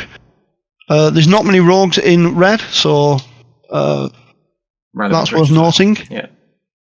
Whenever it deals combat damage to a player, exile the top card of your library. You may play that card this turn. It says you can play the card, so you can play lands, so that's important. Because it would say cast, wouldn't it, if you couldn't play lands? Yeah, right? If you can't play lands, it says cast. But because you can play them, you can play lands. So, presumably this works better in some sort of party deck rather than a landfall deck. Because with landfall, you want to be playing your lands pre-combat. But with this in play, you want to be playing them. You want to leave the opportunity to play lands off the top of your library. Yeah. Yeah, it seems perfectly acceptable. Yeah, like if you can start making contact with your opponent, this card's really good. Yeah. It's like obviously not quite as good as the ones that just let you draw a card. Yeah. Because you have to play them. Yeah, but in red, that effect's quite rare. Like in red, you're rarely just drawing cards for free. You have to work for them. Yeah.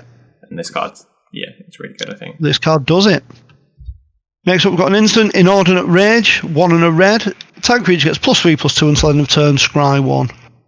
It's a combat trick. It'll probably help you win. I hate 2 for combat tricks. I much prefer 1. Yeah, it's not as good as the white one that's just straight up +2/+2, but it's still, like you say, it's still a combat trick. Yeah, it'll still work. And then next up we have Kargan Intimidator, 1 and a red for a creature human warrior at rare. It's a 3/1 and it's got a bunch of text. Yeah, it's got that ability that we saw on Boldware Intimidator years ago, which is cowards can't block warriors. Cowards can't. It's basically a small Boldware Intimidators, isn't it? Yeah. Cowards can't block warriors. And then it has an ability, 1, choose one that hasn't been chosen this turn. Kargan Intimidator gets +1/+1 until end of turn. So that makes it 4/2. So which is already pretty strong on a 2-mana 3/1. Yeah. Target creature becomes a coward until end of turn. So basically you're saying target creature can't block this. Yeah, or any other warriors you control. And then the last one is target warrior gains trample until end of turn. So you can give it or some other warrior trample. Yeah. This is absolutely fine. You'll just play it. It's a 3/1 for 2, which is fine. It's got a bunch of actual other abilities. Yeah, this guy can do a lot of damage. I think it's really powerful. Yeah. Then next up we have Kazul's Fury, 2 and a red for an instant, an additional cost to cast this spell, sacrifice a creature. Kazul's Fury deals damage equal to the sacrifice creature's power to any target. So it's fling for 1 more mana. But why would they have fling for 1 more mana, you would ask? And that's because it's also a land that enters the battlefield tapped. Kazul's Cliffs. Yeah. That's another one of the great ones where fling is often crap that you shouldn't play. But it turns out they've made it into a land, so you can be like, oh, well, I wouldn't usually play a fling, but I'll play a fling that I can put down as a mountain. Yeah, definitely. Next up, we have Leyline Tyrant, 2 red for a dragon mythic. It's a 4/4 flyer. Sold. You'll just play it. Let's move on. Who cares what else it says? Yep. There is other text about stuff, and it's not bad text. It's all upside. So yeah. Yeah, good. You don't lose unspent red mana at the end of steps and phases. When it dies, you may pay any amount of red. When you do, it deals that much damage to any target. So not only is it an insane 4/4 fly for 4, you also just get to continually float red, which lets you play massive spells early or just save up the red, and then when it dies, shoot something. Yeah. It's just foolish. Yep. You're gonna hate it. Anyway. Next up, Magmatic Channeler, 1 and a red for a human wizard at rare. It's a 1/3, and as long as there are 4 or more instants and or sorceries in your graveyard, it gets +3/+1, making it a 4/4. Tap, discard a card, exile the top 2 cards of your library, then choose one of them. You can play that card this turn. This card, it's got a lot going on, right? But essentially, it's just really good. Yeah, it's just, exactly. Even if it didn't have that first ability that sometimes makes it a 4/4, it would still be really good. But also sometimes it's a 2-mana 4/4. Sometimes it's a 2-mana 4/4, and it's tap. It seems like it's going to be bad because you're not necessarily going to hit anything good. But like, you can always play it. So like, even if you hit land, you can put a land into play, which admittedly isn't spectacular, but it gets the most off your top of your library. Yeah, exactly. You would have drawn those lands otherwise. Yeah. And otherwise, it's just like, it works early because like it can also let you discard cards to try and hit lands, and it works late because you just discard lands and just play spells. It's really good. Yeah, definitely. Next up, Molten Blast. 2 and a red, instant, choose one. Deal 2 damage to target creature or planeswalker, or destroy target artifact. It's pretty unimpressive, isn't it? But it's still removable. Yeah. It turns out 2 damage won't actually kill as much as you want it to.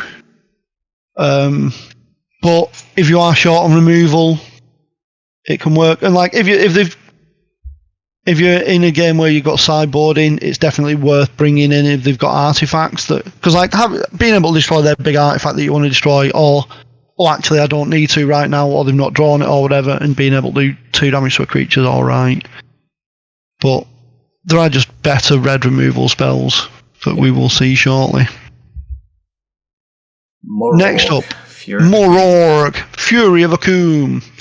4 red, legendary creature, -or warrior. It's very interesting that they've just like added party types to all of these legendary creatures. Yeah. It's a 6/6 for 6. Each creature you control gets +1/+0 for each time it has attacked this turn. That's interesting. I've got a feeling this is going to give some sort of additional combat step. Yeah. Landfall. Whenever a land enters the battlefield under your control, if it is your main phase, there is an additional combat phase after this phase. At the beginning of that combat, untap all creatures you control. I wonder if that was to stop it, like going infinite with Primeval Titan and stuff like that. Primeval Titan, Sun Titan, yeah. Yeah, because if it's in the main phase, yeah. Otherwise, creatures that make lands when they attack just go infinite, basically, don't they? Thing is, it's still like, if you play this, then untap and play a Primeval Titan and a land, you still get 4 attack steps. Yeah. Yeah. Like, if you get to the point where you're having more combat steps, you probably won that game. Like, your opponent needs to deal with this quite quickly. Yeah. Like, this is the type of thing where getting double landfall in a turn with things like Cleansing Wildfire become, like, obviously much better. Yeah. But essentially, just 1 landfall's absolutely fine with this. Just being like, oh... Yeah, having 2 combats where you have a 6/6 creature, like, this card's going to run away with the game quite quickly if it's not checked. It is a 6 casting cost card, so it's like some games you just can't play it. So I think that limits it from being like a bomb, but it's a very strong card. Very true. Next up, we have Nahiri's Lithoforming. X red for a sorcery at rare. Sacrifice X lands. For each land sacrificed this way, draw a card. You may play X additional lands this turn. Lands you control enter the battlefield tap this turn. So if you play that the turn after you play Morag Fury of Akoum, sacrifice your 6 lands and play any land you see. Yeah. But yeah, like, I don't know. If you have a lot of landfall, this could be really good. You might also just like randomly mana screw yourself, right? Yeah. It's quite risky. Like I said, I feel like it's the type of thing where, like, if you have a lot of very powerful landfall things, no, I don't know. I just don't think you'll play this. Yeah, I don't think so. I read it a few times. I was like, it looks like it should be good because you can draw a bunch of cards, but yeah, like you said, it's the fact that, like, what if you so say you've got like 6 lands, you pay X, you sacrifice 4 of them. Say you only draw 1 land, you're down to 3 lands and a bunch of spells you can't cast. Or equally, you draw 4 lands and put them all back into play, and then you spend 6 mana to do literally nothing. Like, that's why I think you have to be in like a very strong landfall deck. Yeah. But I still don't think you'll actually play it. I just don't think it's worth it. Yeah. All right. I feel like you're actually probably just better off with Cleansing Wildfire. Yeah. It's like a mini... Sorry. Yeah. This is like a maxi Cleansing Wildfire. Or Cleansing Wildfire. Yeah, like you literally just go, I'll just play Cleansing Wildfire, where I definitely replace the land, I draw a card, and I trigger my landfall. Like, that's... Yeah. Interesting. That's very interesting. Next up, we have Pyroclastic Hellion, which almost everybody mispronounces as pyrostatic, but there you go. I thought you were going to say Helion. Pyrostatic Helion. It's no, Hellion. It's 4 in a red for a creature Hellion. It's a 4/5. When it enters the battlefield, you may return a land you control to its owner's hand. When you do, it deals 2 damage to each opponent. So this is obviously a way of making sure you trigger landfall by just picking up a land, but also obviously works really well with all the double-faced cards. So you can put them down early when they're not going to be much use, and then you're like, oh, actually, I will pick my fling land up now. I think this is a nice little effect, isn't it? You get 2 bonus damage in as well. I think it's quite a nice card. Yeah. I like it. Next up, we have 2 in a red for a Goblin Rogue called Relic Robber. This is quite... I'm interested by this. It's a 2/2 with haste. Whenever it deals combat damage to a player, that player creates a 0/1 colourless Goblin Construct artifact creature token with this creature can't block. And at the beginning of your upkeep, this creature deals 1 damage to you. So they sort of get like a 0/1 creature. So obviously it can't block, so they'll attack with it and see if you want to block it. But it deals 1 to them every turn. Yeah. It's... In flavour terms, it's weird because it's not robbing anything. It's like delivering items. It's like, while I'm in your base, I'm going to drop this painful burning relic. It's like, it should be like relic donator. Yeah. But I think it's a strong... Like, you only need to make contact with it once. If you make contact with it once, which you're quite likely to on the play, then it's just... You just don't need to do anything for the rest of the game. You just sit back and let your opponent burn themselves out. Yeah. I think this card's really strong. Sometimes, I do think it is strong. Sometimes if they have a blocker, it won't do anything. But some games, it will just win by itself. So I think it's good. Next up, we have the red version of the 6 crossing cost black card, which is 3 in a red for a human wizard 3/3. Oh no, it's not the card I thought it was. Ignore me. Okay. This is 3 in a red for a human wizard 3/3. Whenever you cast an instant or sorcery or wizard spell, it deals 1 damage to any target.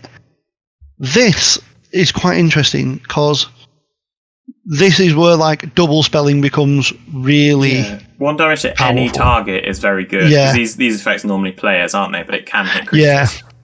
Yeah. I think this card's really good. Yeah, just being able to like ping off any X ones and then you just like save up and go spell, get rid of your X2. Or just like it even just adds 1 onto your removal spells. Yeah. It can just add 1 onto your removal spells. Yeah, this card's really good. Yeah, it is really good. Like, definitely high pick this card, and then try and draft around it. Next up, the red common removal spell for the set, which is really good. Royal Eruption, 1 in a red for a sorcery at common. It's got kicker of 5, which makes it cost 7 in total. Which is weird. I don't know why it costs so much on the kicker, but anyway, carry on. Royal Eruption deals 3 damage to any target. If the spell was kicked, it deals 5 damage instead. It's because it's any target. Yeah, but like I feel like it could be like kicker 3 or 4, and it still wouldn't be that much better than Lava Axe. No, you don't think? Not better than what card? Sorry. Lava Axe is 5 to the face for 5 damage, isn't it? So for 5 damage, sorry. But that only does the face. Yeah. The fact that this can like kill most creatures early on.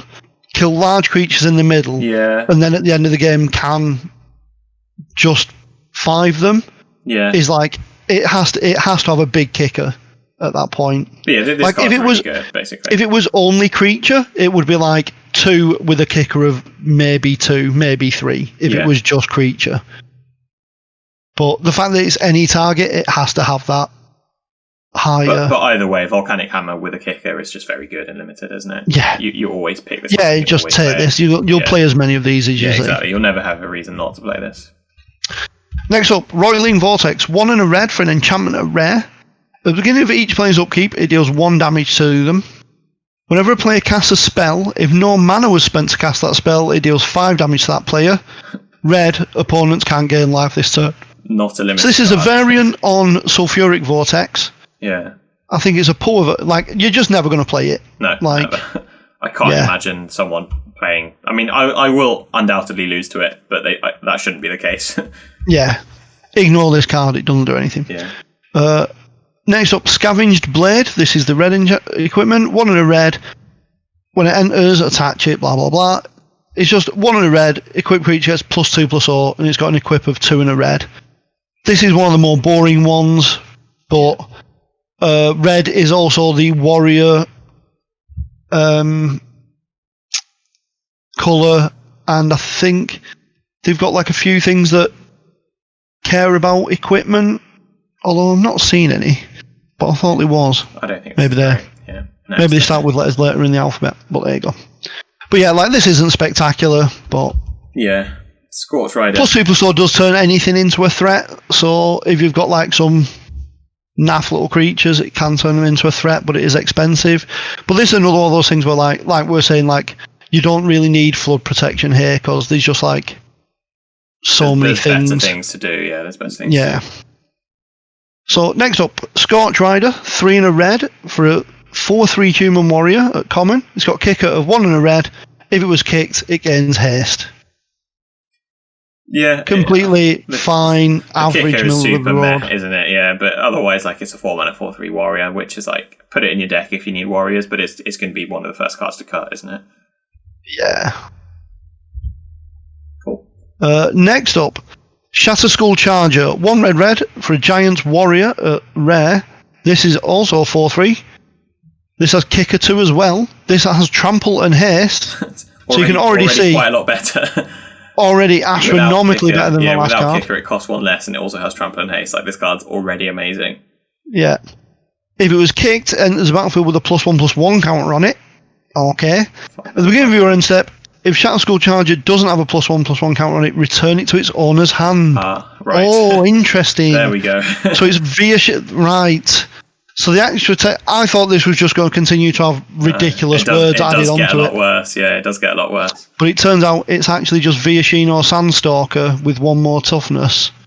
Yeah. And then eventually at some point you'll kick it. It'll be for 5. Although 5 mana 5/4 trample haste is great. Yeah, it is. I think it's still pick it up again. It is still a good card, but it's not the insane bomb you think it is when you start reading. Yeah. Like I definitely still pick this and play it. Oh god, yeah. Yeah. But it's not an absolute bomb. It's like a sort of strong B+ maybe. Yeah. Next up, Shatterskull Minotaur, 4 red for a Minotaur warrior. It's a 5/4 haste. It costs 1 less for each creature in your party. This is fine. Yeah, like realistically, you can have 1 or 2 creatures in your party most of the time. So 4 mana or 5 mana 5/4 haste is just really strong. I think this card is really strong. I think it's better than fine. I think saying it's just fine is like doing it a disservice. Because if you go 2-drop, 3-drop, you've got a 4 mana 5/4 haste, which is like really hard to come back from in limited. If your opponent's dropping a 4 mana 5/4 haste. Oh, actually, no. I was going to say, but it's a warrior, but that doesn't actually matter because it's a cost reduction. So yeah, it doesn't matter if you have it's actually much better. Yeah. I was thinking you need things that aren't warrior. No, you don't. But no, it turns out your earlier warriors will count for it. Yeah, that's fine. Oh yeah, this is actually much better than I was thinking. Yeah. Then we have Shatterskull Smashing. Yeah. This is the red mythic land spell. X red deals X damage divided as you choose among up to 2 target creatures and or planeswalkers. If X is 6 or more, Shatterskull Smashing deals twice X damage divided as you choose among them instead. So basically it's just kill a couple of creatures. Yeah, so if a couple of small creatures. If you spend 8 mana on it, which is the point where it triggers, then you're basically doing it deals at least 6 targets. Yeah, you're doing 2 damage to 6 targets, aren't you? Yeah. No. Aren't you? It's only 2 targets. Yeah, 6 damage to 2 targets. Isn't that what I said? Yeah. No, it's a 2 damage to 6 targets. Oh, sorry, 6 damage to 2 targets. Yeah. Or 4 and 8. Or 4 and 8 if you need to. Yeah. But also, it's a land, so we're going to play this. Yep, you're going to play it. Yep. It's great. Sizzling Barrage. Sizzling Barrage, 1 and a red, instant, deal 4 damage to target creature that blocked this turn. It's not great, but 4 damage is plenty. I'd play it, but I wouldn't be happy about playing it. Yeah. I'd play 1, maybe 2, but I wouldn't be over the moon about it, because obviously when you're not attacking, this is absolute pap. Yeah. Next up, Skyclave Geopede. 2 and a red, creature insect. It's a 3/1 trample. Whenever a land enters the battlefield under your control, it's got landfall for +2/+2. So 3 mana 3/1's not great. It's got trample, but like if you get landfall, a 5/3 is something they need to deal with. It's solid, I think. Yeah. It can just be blocked by like a 3-power creature, but then as soon as you make a second land for whatever, however you do that, it's suddenly massive. Yeah. In fact, no, because it's got trample as well. No, this card is really solid, I think. It's going to force for a lot of damage, yeah. This card is really good.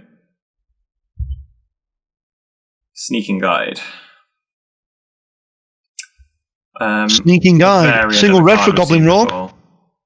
What's that, sorry? It's just a variant. Like, we've seen a lot of this kind of effect before, haven't we? Yeah. Single red for a Goblin Rogue, 1/1. Although this costs 2 to do it. 2 tap, target creature with power 2 or less can't be blocked this turn. A lot of the time these are much cheaper. Yeah. Like they just tap to activate. So I think this is actually much worse than a lot of them.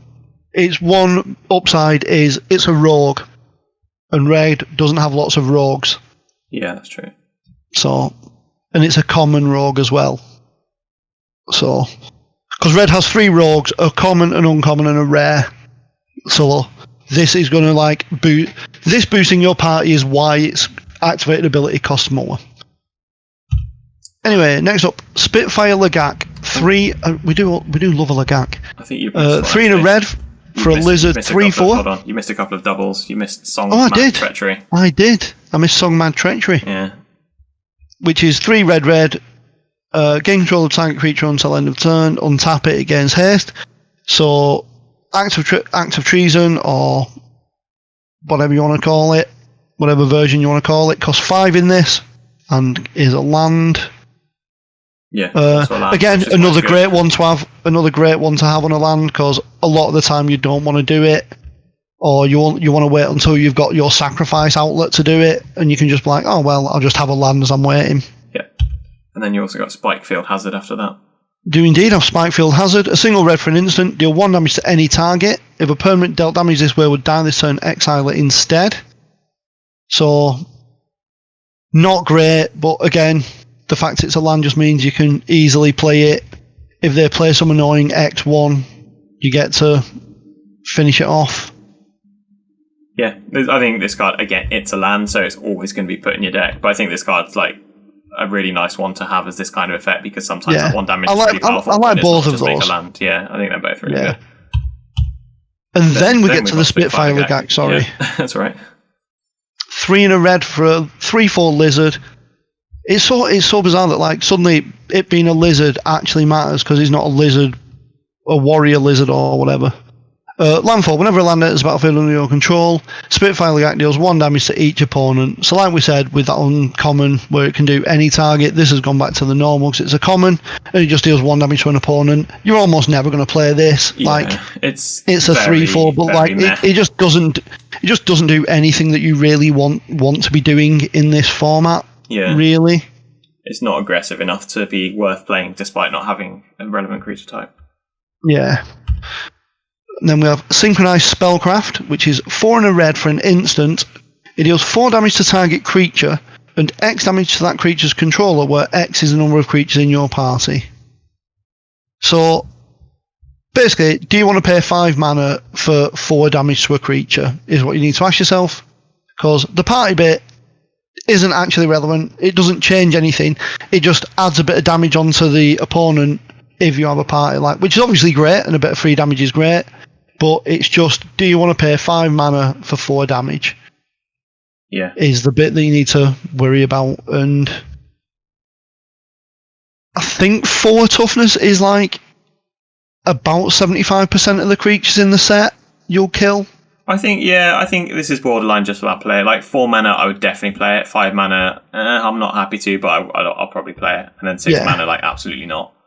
Yeah, and you're probably going to get 1, maybe 2 damage to them as well. But yeah, I wouldn't really I wouldn't take that into consideration when I'm deciding whether or not I'm going to play it. Yeah. Next up, Teeter-Peak Ambusher, 1 and a red for a Goblin Warrior. It's a 1/3. It's not very aggressive, but it does have the ability 2 and a red. Teeter-Peak Ambusher gets +2/+0 until end of turn. Still not excited by it, despite Still not excited. Yeah. It's a bit of threat of activation, but it's also the type of thing where they'll just block it with a 3/3 and be like, well, I'll happily take your turn and trade. Yeah, exactly, yeah. Do you want to take 1 damage, or do you want me to spend my turn killing your creature? Gives your opponent the option, basically. Thundering Rebuke, 1 and a red for a sorcery. Deal 4 damage to target creature or player. Yes. Yeah. Please, yeah. I'll play this. I'll play a bunch of this, thank you. Yeah. Thank you. Next. I do want to do that. Yeah. This is the red version of the black 6-drop that I was thinking of. Thundering Spark Mage, 3 and a red, Human Wizard 2/2. When it enters the battlefield, it deals X damage to target creature or planeswalker, where X is the number of creatures in your party. So this is obviously a lot better because it costs 2 less. Like, you're basically always going to play this. Yeah. Like, obviously, like the black one gives -X/-X, so it works around indestructible, and can also be played to just, like, make something smaller so you can attack into it. Yeah. But more often than not, you'd just rather have the 4-mana guy. Yeah. Then we've got Tormenting Voice. It's Tormenting Voice. You've seen it a million times. That's less good in this set because you don't, like we said before, like you're unlikely to have too many lands because all your lands are spells as well. So less good than it is. And then we have. I'm interested with this one. Tuk Rubblefoot, 2 and a red. Creatures you control have haste, Defender, and Reach. So. I like the flavour, like it sort of hands out tuk-tuks to all your creatures. It's just like a factory that churns out tuk-tuks. Yeah. It's just one of those where, like, they keep on doing this, like, creatures get haste, and it usually, like, your creatures get haste used to be an enchantment for 2 and a red, called Fervor. And then we're like, that's actually just literally unplayable chaff. Let's make it cost a single red. And then there was a single red enchantment that gave your creatures haste. And now they've gone like, well, we'll go back up to it costing 3, but it's got Defender and Reach, so they can kill it, but it also like, it's just good. It's just crap in it. Yeah, I don't think it's playable. It's just crap. Yeah. Okay. And then we're on to Valakut Awakening. 2 and a red for an instant. Put any number of cards from your hand on the bottom of your library, then draw that many cards +1. So it's like a weird windfall where they go on the bottom of the library rather than in the graveyard. But also, it's a land. But also, it's a land. This card's really good. Yeah. So it turns out, like, when you've got flooded and you've got a bunch of lands in your hand, you can be like, the fact that it's any number of cards and not all your cards is actually irrelevant. Yeah. So you can actually just, like, cycle a bunch of cards to the bottom. Yeah, like, at worst, it's a Tormenting Voice for 3, and that's already, like, a pretty solid, like, base level. Yeah. Or just cycles. You can't just pay 3 mana and cycle it. You draw 0+1 cards. Yeah. I think this is actually much better than I thought. This card's really good. Yeah. Yeah. Like, even if it weren't a land, I'd still play this card, I'm pretty sure. Yeah. Then we have Valakut Exploration. 2 and a red for an enchantment. Sorry, 1 second. I've got somebody coming to deliver something. I'll be back in a sec. Sorry. No problem. Sorry about that, I'm back. No worries. I will start again from Valakut Exploration, yeah? Sure. Okay, so we have Valakut Exploration, 2 and a red for a rare enchantment that has landfall. Whenever a land enters a battlefield under your control, exile the top card of your library. You may play that card for as long as it remains exiled. Okay. At the beginning of your end step, if there were any cards exiled with Valakut Exploration, put them into their owner's graveyard, then Valakut Exploration deals that much damage to each opponent. So the first card makes you think you can be able to play the cards forever, and then the second part is like, nope, only this turn. Right, so... But if you don't play them, your opponent takes 1 damage. Yeah, exactly. Okay. Well, 1 damage per card if you landfall more than 1. Yeah, because obviously you can landfall multiple times. I think this card it's pretty good. We've seen this like basically every set. They have some like red enchantment that does this kind of thing. Yeah. I think this card's pretty good. Again, it's play, so you can just like you can put lands into play. Or if you don't want to. Although no, you can't because it's landfall, isn't it? Oh, yeah, exactly. Yeah. So lands basically ping your opponent for 1, which is fine. Yeah. I think this card's decent. It's not as good as like probably other similar right. effects, but it's still pretty good, I think. Yeah. Yeah, it's not as good as other effects because, like, you're not going to get the lands off this to cast bigger spells. Yeah. And sometimes it just won't activate because you won't have a land. Yeah. Yeah. Okay. Right, Wayward Guide Beast. Goblin Guide, it is not. Yeah, a single red creature beast, rare, 2/2, trample haste. Red trample haste, 2/2. It's pretty good. Whenever it deals combat damage to a player, return a land you control to its owner's hand. I think this is basically unplayable. See, isn't this basically a red 2/2 defender? That can start attacking like later in the game when you want it to. Yeah. Yeah, it basically can't attack until like turn 4 or 5. At which point they can probably block it. Or unless you want to pick a land up. Like if you don't have a land drop, as soon as you don't have a land drop, it can attack. Because you just pick a land up and put that back down. But it's still only a 2/2. I think this is like maybe playable, but it's going to be an easy cut, I think. Yeah, it's basically it doesn't have a relevant creature type, and I'm going to see a lot of them across the table from me, and I'm going to be happy about it because it's going to be crap. Yeah. On to green, we're on the home stretch. Adventure awaits. One in a red, one in a green, sorcery. Look at the top 5 cards of your library. You may reveal a creature card from among them and put it into your hand. Put the rest on the bottom of your library in a random order. If you didn't put a card into your hand this way, draw a card. That's interesting. This card seems really good. I don't know if it's really good because it's only a 1/1 that you're paying 2 mana for, but it's interesting that you can whiff but still get a card. Yeah, I like that. Yeah, really good's probably a bit excessive, but like, it's the fact that like it's not even whiffing. You can just choose not to. Yeah, exactly. If you don't see something you want, you can just choose not to. Yeah, so it's definitely better than like when they usually make this kind of card where you can just whiff. Now it's like, do I want any of these? No, I'll just draw a card. I like this card. I don't think it's amazing. I'm sure I'll cut it from a lot of decks, but I like the fact that they've sort of fixed how they usually are. Ancient Green Warden, Mythic Rare. 4 green, elemental, 5/7, so that's massive. Reach, you may play lands from your graveyard, okay? Not that relevant limited, is it? Not what? Not that relevant, no. But it does mean you can play dual face card. Like if you've cast a dual face spell, you can then play it from your graveyard. Yeah. If a land entering the battlefield causes a triggered ability of a permanent you control to trigger, that ability triggers an additional time. So it's alright, so just double landfall. Yeah, it's not. I mean, 6 mana 5/7 reach is a big creature. Like it's hard to get past, but it's not as amazing as you'd want from a mythic rare, I don't think. Works really well with that red rare we've just mentioned. Yeah. But since your lands don't come into play and go to the graveyard. Yeah. But yeah, it's just like a massive monster. Yeah, like you 100% play it, but it's not. Yeah. Like, if you're going to open a bomb, you don't want it to be this one. No, you want it to be this one. A Shire Soul of the Wind. 3 green, legendary creature, elemental. Turns out I'm not bothered about this one not having a relevant creature type because a Shire, Soul of the Wild's power and toughness are each equal to the number of lands you control. So realistically, at least a 5/5. Yeah. However, non-token creatures you control are forest lands in addition to their other types. Cool. So it's at least a 6/6. Yeah, because it counts itself. It counts itself, and all your other creatures now tap for green and are forests. So it's got power and toughness equal to your lands and creatures. Yeah, so it's going to be like an 8/8 or 9/9 most likely when you play it. Yeah. And also you've now got a bunch of extra mana. This card's and now you've got infinity mana. Yeah, this card's amazing. Yeah, this card's great. Take it, play it. It doesn't matter whether you're a party deck or not. And then we have Balaged Recovery. 2 and a green, sorcery, return target card from your graveyard to your hand. So that's just Recollect. But it's also a land. Yeah, so really strong card.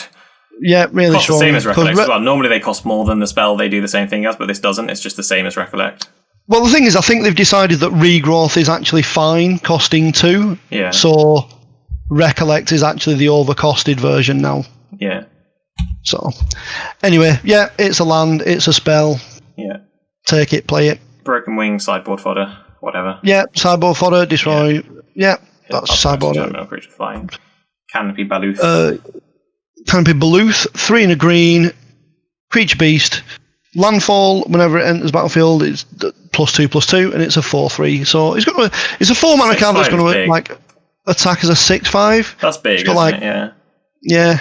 It's got keyword landfall big. And we said earlier, or you said earlier, that green's the colour that doesn't really care about creature types as much, so it doesn't matter too much that it's a beast. Yeah. Correct play, Baloof. This is what you want to do after you've played your Ashaya Soul of the Wild with all your Sun Infinity mana. It's 5 green for a beast, 6/6, can't be countered, haste, hexproof. And then it's got kicker of 2 and a green. If it was kicked, enters the battlefield with 4+1/+1 counters on it. So it's a 10/10 hexproof haste for 10 mana. Nice. The important thing here is it doesn't have trample. Oh, it doesn't, does it? Yeah. That is very important. My opponent played this against me and I was like, oh, I guess I've lost it. And I looked and I was like, oh, no, I haven't. Just chuck a 1/1 in front of it. Chump. Yeah. Attack you with some flyers. Nice. But it is massive. Yeah. It's not absolutely that good, though, because it does cost 7 as a baseline. Like, I don't know if I'd always play this in my green decks. Yeah. Yeah. But yeah, it turns out it's not actually as... It not having trample is just like a huge thing. It costs 7 and it doesn't automatically win the game, so I don't know if it's actually that good. And it also, it's not even like it gets 4 counters and trample. So even when it costs 10, it doesn't even win the game necessarily. Yeah. Anyway. Dauntless Survivor. 1 and a green, human warrior. It's a 1/1. When it enters the battlefield, put +1/+1 counter on target creature. So it's Iron Shell Beetle. Yeah, Iron Shell Beetle, isn't it? Exactly. Altered to have a creature type. To be a warrior, yeah. Yeah. Next up, Gnarled Colony. 1 and a green for a 2/2 beast. Kicker, 2 and a green. If you kicked it, it comes into play with 2+1/+1 counters. So it's a 2-mana 2/2, which is fine, or a 5-mana 4/4 with trample. But each creature you control with a +1/+1 counter on it has trample. So this is fine. Yeah, exactly. Any like modal card like that's always pretty good. Like 2-mana 2/2 or bigger when you need it. It's pretty solid, isn't it? Yeah, it's not going to do anything spectacular, but it's not going to be bad. Yeah. Green inscription. It's a green inscription of abundance. 1 and a green, instant. Choose one. If it was kicked, choose any number. The kicker's 2 and a green, so this is a bit cheaper than the others. It's a lot cheaper, isn't it? Put 2+1/+1 counters on target creature. That's already pretty strong. If it was just 2 green, 2+1 counters on target creature, like I'm picking that and playing it in my green decks quite happily. Yeah, like 1 and a green for counters rather than just +2/+2 until end of turn. Yeah, that's already pretty strong. Yeah.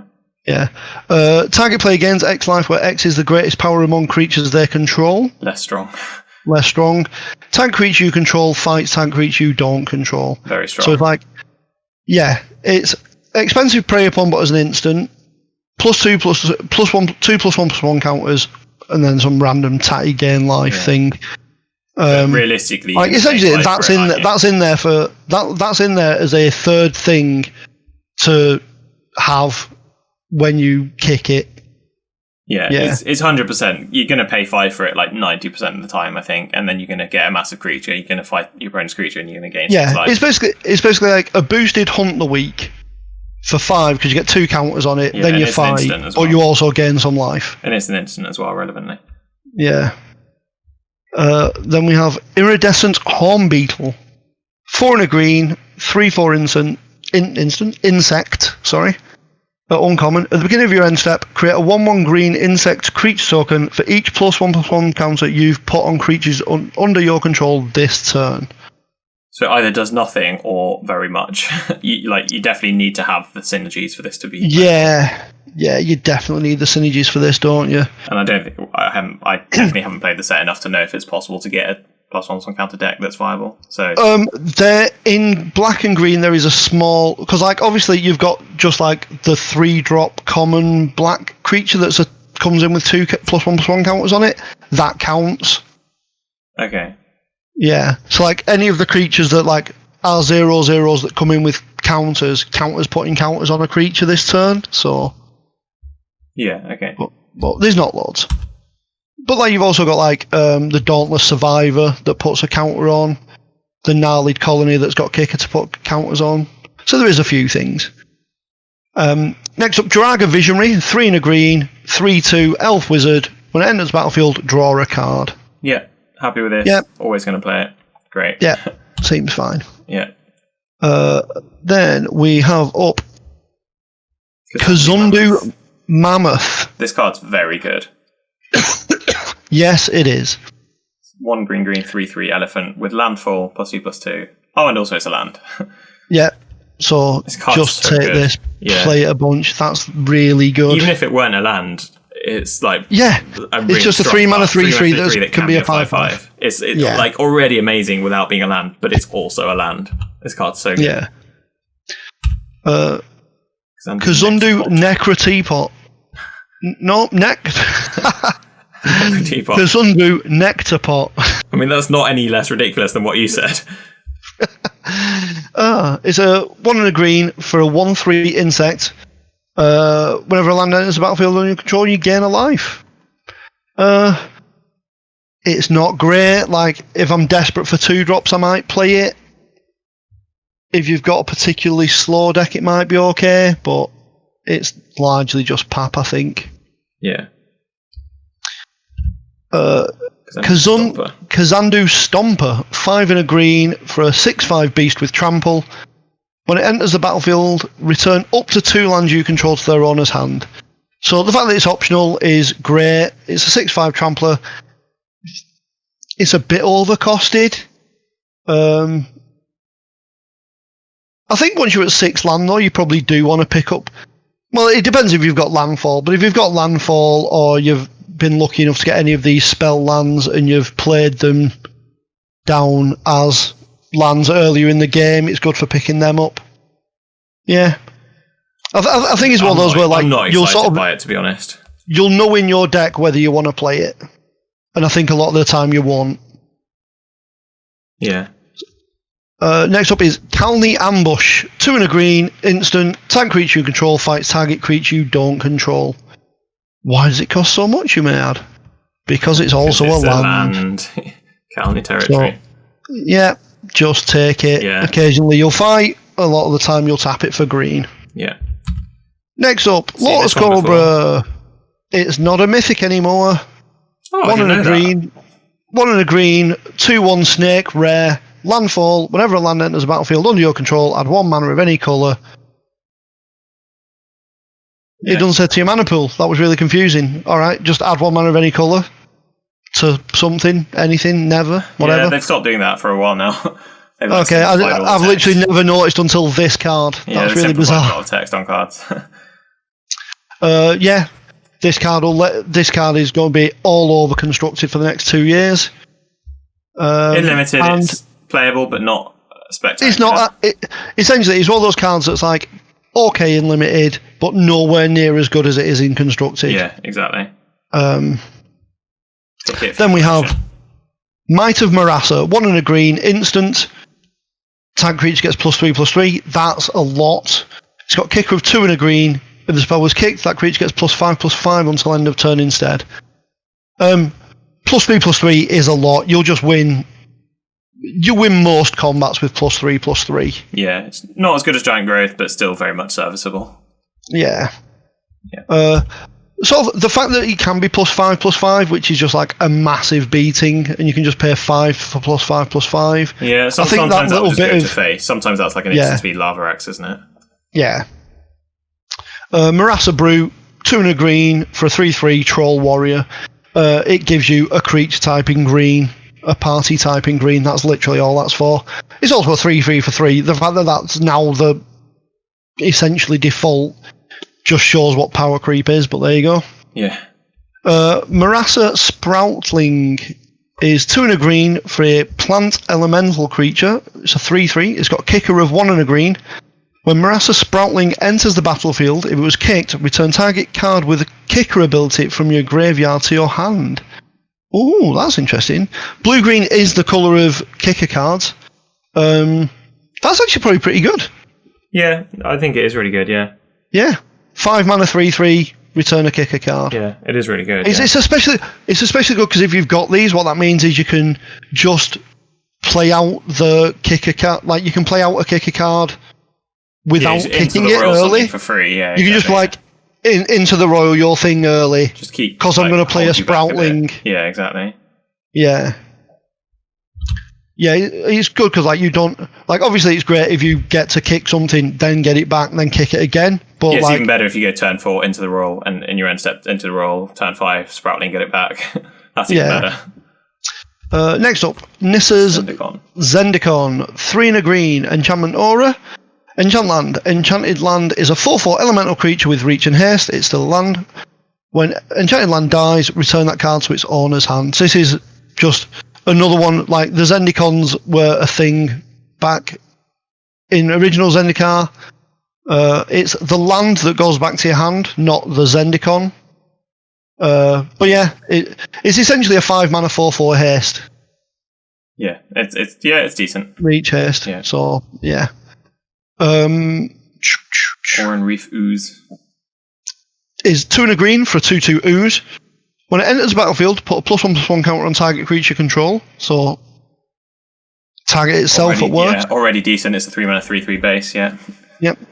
When it attacks, put a +1/+1 counter on each attacking creature with a +1/+1 counter on it. Oh my lord! Yeah, that's just like any other ooze, powerful. It grows bigger. Yeah. Yeah, but if that can just be silly. Yeah. Yeah, that can actually just be silly. If you have multiple effects with counters on there, they just start going massive, don't they? Yeah, if you can early pick an Oran Reef Ooze, Dauntless Survivor just rockets up in value. Yeah. Because just being able to put +1/+1 counters on things and make them massive is just, yeah. Yeah. Then we have Rabid Bite, 1 and a green, target creature you control, bullies a different creature. Target creature you control deals damage equal to its power to target creature you don't control. So it's not a fight, they just punch them in the face. And we've seen this before and it was really good the first time. I don't expect it to be worse this time. It's going to be fine. Yeah. Then we have Reclaim the Wastes, a single green for a sorcery with kicker 3. Search your library for a basic land card, reveal it, put it into your hand, shuffle your library. If it was kicked, search your library for 2 basic land cards. So, doesn't add to landfall, is basically just some fixing. Adds to landfall in the sense that if you didn't have a land, you now have a land. You can still play. Yeah. But yeah. But it doesn't let you multiple landfall in a turn, but does guarantee landfall this turn or next turn. And if you get to 4, it's also fixing. I don't know. I'm probably not going to play it loads, I imagine, but yeah, I also wouldn't be devastated if I played it. Yeah, same. And obviously it goes well in the kicker decks because it's got kicker and gives you the land so that you have more land to be able to kick things. Cool. Roiling Regrowth, 2 and a green, instant, sacrifice a land, search the library for up to 2 basic land cards, put them onto the battlefield, tap, then shuffle. So it's Harrow. Why is it not Harrow anymore? I don't know, but it is literally Harrow. It is actually just Harrow. Yeah. No, it's slightly different. If they counter it, you don't have to sacrifice the land. Yeah, you don't have to. There you go. They've improved it slightly. It's an ever so slightly improved Harrow. Yeah. Okay. Next up, Scale the Heights. It fixes mana, great, yeah. Scale the Heights. 2 and a green, sorcery, put a +1/+1 counter on up to 1 target creature, you gain 2 life. You may play an additional land this turn, draw a card. Well, that does a bunch of stuff, okay. Yeah. It just kept on doing a bit more. I just kept on reading it, it was do this, and this, and this, and then this at the the end. I think it's good. I don't think it's amazing, but I think it's playable. It just grows the creature slightly and it cycles.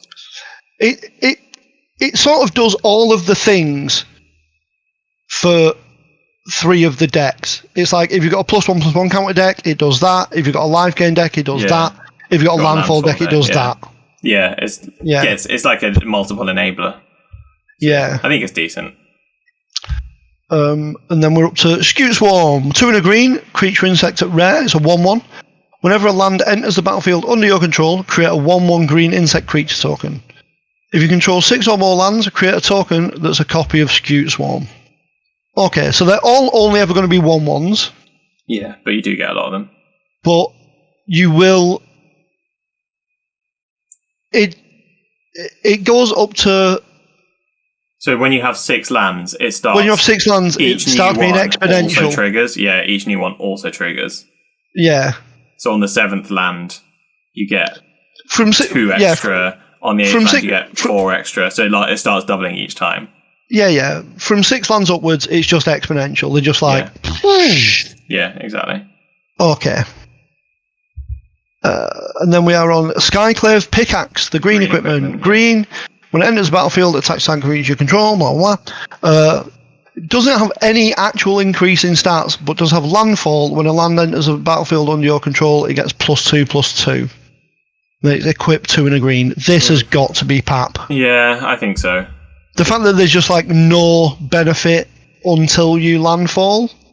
Yeah, but then in a landfall deck, maybe it's really good. Like if you've got like multiple harrows and it's a 1-mana equipment, it gives you creatures +4/+4. Like maybe I think I'd need to draft it to see if it is actually PAP. But I think in that case, I'm going to go for build. I'm going to say like I'm going to steal from other podcasts and be like, it's a build around middle of the road card probably. Yeah.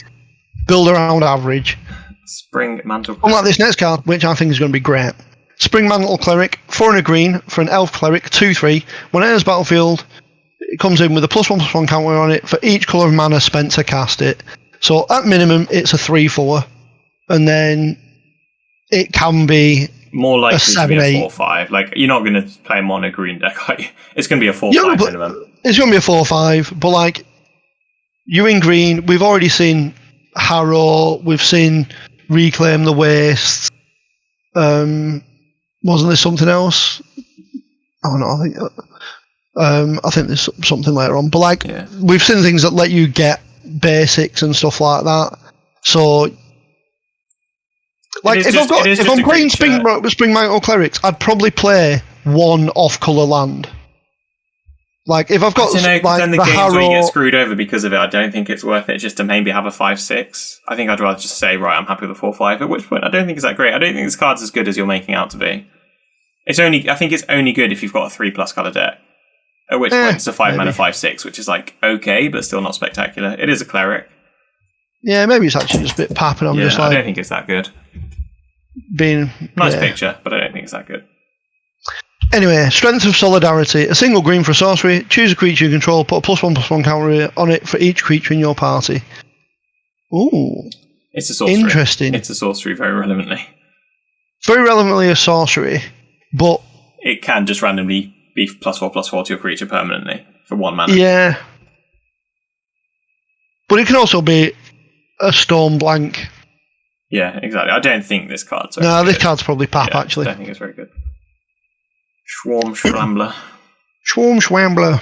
Single green for a 0/0 comes in with a +1/+1 counter on it. So it's a whenever a creature you control with a 1/1 counter on it becomes the target of a spell or an opponent controls, create a 1/1 green insect creature token. 1 tap, put a counter on Swarm Shambler. So it grows.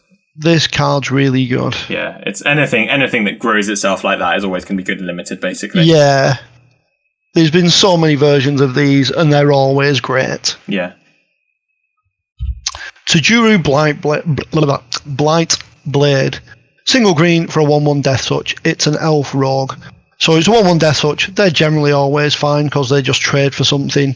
Yeah. And it's a rogue, so it has a relevant creature type. Yeah. Tajuru Paragon. 1 and a green for an elf, but it also is a cleric, rogue, warrior, and wizard. So it always counts as one of your party, no matter what other creatures you have, so that's good. It's got Kicker 3. When it enters the battlefield, if it was kicked, reveal the top 6 cards of your library. You may put a card that shares a creature type with it from among them into your hand, put the rest on the bottom of your library in a random order. That seems really good. Yeah, I mean, a 2-mana 3/2 with no other ability. 2-mana 3/2 is really good anyway. Yeah, and then it's got all of the creature types. Yeah, exactly. It's all the creature types, and you can pay 5 to maybe get another of the creature types. You can pay 5, and you can get an elf, a cleric, a rogue, or what, like... It's elf or... Solid card advantage. Yeah, that card's actually really good, I think. Yeah, it's just solid card advantage, basically. Yeah. Tajuru Snarecaster, 2/3, 1/4 reach. Bleh. Meh, fine, whatever. Yeah. Tangle Florahedron. This is a really interesting card. I like this. So this is I really like this. This is very interesting. Yeah. So it's like you're getting land off it either way, but do you want to spend mana and accelerate, or you just want the land? I really like this card. I really like that they've done that. Yeah, I think this might actually be my favourite of the double face cards just because of what it does. Yeah, because both. I don't think it's the most powerful. Yeah, it's interesting because like either way you're gaming it, it's going to tap for a green, but which way round do you want it to be done? Like which way works better for your game plan? I really like this card. I do really like that card. And then we're on Taunting Arbor Mage. Oh no, wait, that's weird. Is that wrong? No, that is it's Taunting Arbor Mage. Taunting Arbor Mage. Yeah. 2 and a green for an elf wizard. It's got kicker of 3. When it enters the battlefield, if it was kicked, all creatures able to block target creature this turn do so. Oh, interesting. That's a really powerful effect. Yeah, so traditionally that's a really powerful effect, isn't it? Essentially, it's 2 and a 3 for a 2/3, but it's got kicker 3, cast lure on a creature. Yeah, I think this is a really good card. It's an elf wizard as well, so relevant creature type. Yeah. This card's really good. Territorial Scythe Cat. 2/3, trample for a 2/1. Doesn't sound it's a cat. Whenever a land enters the battlefield under your control, put a +1/+1 counter on Territorial Scythe Cat. Sounds good now. That gets a lot better. Yeah. Assuming you have an extra land, it's a 3-mana 3/2 trample, which is good already. This card's good. Yeah. Definitely play these if you have pick and play these if you have a green deck. Yeah. Turntimber Aesthetic. 4 and a green for a giant cleric. When it comes out the battlefield, you gain 3 life, and it's a 5/4. Who cares? Next. Yep. Basic filler. Turntimber. Then we have Turntimber Symbiosis. This is the big splash. This is the green mythic land. 4 green. Look at the top 7 cards of your library. You may put a creature card from among them onto the battlefield. If that card has converted mana cost 3 or less, it enters with 3 additional +1/+1 counters on it. Put the rest on the bottom of your library. Alright, so basically they're going, you will get a big creature here. Yeah. From the top 7. Yeah, whether it's big naturally or we make it bigger, either way you're getting a big creature. Yeah, your creature's going to be a reasonable size for 7 mana. It's also a land, much like this. And it's also a land. Yeah, this card's, again, they're all really good. Just pick them and play them. That. Yep. Then we have Vastwood Fortification. Single green for an instant, put a +1/+1 counter on target creature. But nice, it's also land. Trick. Also land. Yeah. Before going to first pick it. Yeah, thank you very much. Yeah, it's just going to be great. Yeah. Then we have Vastwood Surge. 3 and a green, sorcery with kick of 4. That's 8 mana in total. Search your library for up to 2 basic land cards. Put them onto the battlefield tapped, then shuffle your library. If this spell was kicked, put 2 +1/+1 counters on each creature you control. Oh, okay. Wow. All right then. Yes. Yep. It turns out that is a big kicker, but that is a big effect possibly as well. Yeah, strong. Yeah, a lot of mana, but you get a lot for it. Yeah. I think this is good. I don't think it's amazing because without the kicker, it doesn't really do a whole lot unless you've got a focused landfall deck. But in the right deck, it's really good. It's double landfall. It's also double fixing as well. Yeah, that is true. For your. Because, obviously, your Spring Mantle Clerics are going to be crap and just 4/5s, but mine, I'm going to be casting Vastwood Surges and having 7/8s. Yeah. So. Veteran Adventurer. Veteran Adventurer. 5 and a green for a human. Just a human. But it's also a Cleric, Rogue, Warrior, and Wizard. Spell costs 1 less for each creature in your party, and it's a 5/5 Vigilance. This card's probably pretty good. Yeah, because it's. Like I was saying earlier, as soon as you have 1 or 2, with the haste guy, it's just massive. 4 mana 5/5 is massive. And the fact that after the first one makes the next one cheap, which makes the next one cheaper. Yeah, it helps complete your party. This card's really good. This is one of the better cards in the set, I think. Cards. I think it's really interesting because green's not the party thing, but green gets this card, and then as soon as if you get a couple of this card, you've got a green. You can because green does have 2 clerics, 2 wizards, a warrior, and a rogue. Yeah, I think what we'll probably see is what we saw with the original Zendikar with allies is that you have 5 color green decks where green does all the fixing, and then you get the creatures from all the other colors. And this is going to be very much you get the mana fixing and cards like this that enable, and then all the other colors contribute their best party creatures. So I think that'll be one of the archetypes of the format, I think. And then finally in green we have Vine Gecko, which is 1 and a green, elemental lizard. The first kick spell you cast each turn costs 1 less to cast. Probably pretty powerful. Yeah. Whenever you cast a kick spell, put a +1/+1 counter on Vine Gecko, and it's a 2/2 to start with. This is really strong. That's really good. Yeah, 2/2 with 2 very relevant abilities. This card's just really good. Yeah, that's going to be great. And now we are into multicolored. Hey. From multicolored, we are. Let's just check. Yeah. Okay. Yeah. Akiri, Fearless Voyager. 1 red-white for a 3/3 core warrior. So, I'm going to play that in my red-white deck. Yeah. When you attack a player with 1 or more equipped creatures, draw a card. Never mind. Okay. And it's got another. Well, it's still a 3/3 for 3. Yeah. You may unattach your equipment from a creature you control. If you do, tap that creature and it gains undestructible until end of turn. So it's a 3-mana 3/3. It's a 3-mana 3/3. Yeah. It's great. Yeah, fine. Yeah. The thing is, there are equipment in the set, but none of them are great. But yeah, if you can get the equipment, then suddenly amazing. You're drawing a card each time you attack. But otherwise, it's a 3-mana 3/3, so it's fine. Yeah. Yeah. Brushfire. Next one, Brushfire. What? Brushfire Elemental's next, isn't it? Yeah. Oh, I thought you said something else. No. Brushfire Elemental, red green for an elemental 1/1 uncommon. It's got haste. Brushfire Elemental can't be blocked by creatures with power 2 or less. Okay. When a land enters the battlefield under your control, Brushfire Elemental gets +2/+2 until end of turn. Okay. I think this is good. Yeah, I think this is good. Yeah, it's probably alright. It's 2 manas is small enough that landfall's really relevant ability. Yeah. So yeah, turn 3 it's attacking. It's basically a 3/3, can't be blocked by creatures with power 2 or less. For the most part. This card's just that's how you're hoping to play it. Yeah. Cleric of Life's Bond. Black-white for a 2/2 vampire cleric. Uncommon.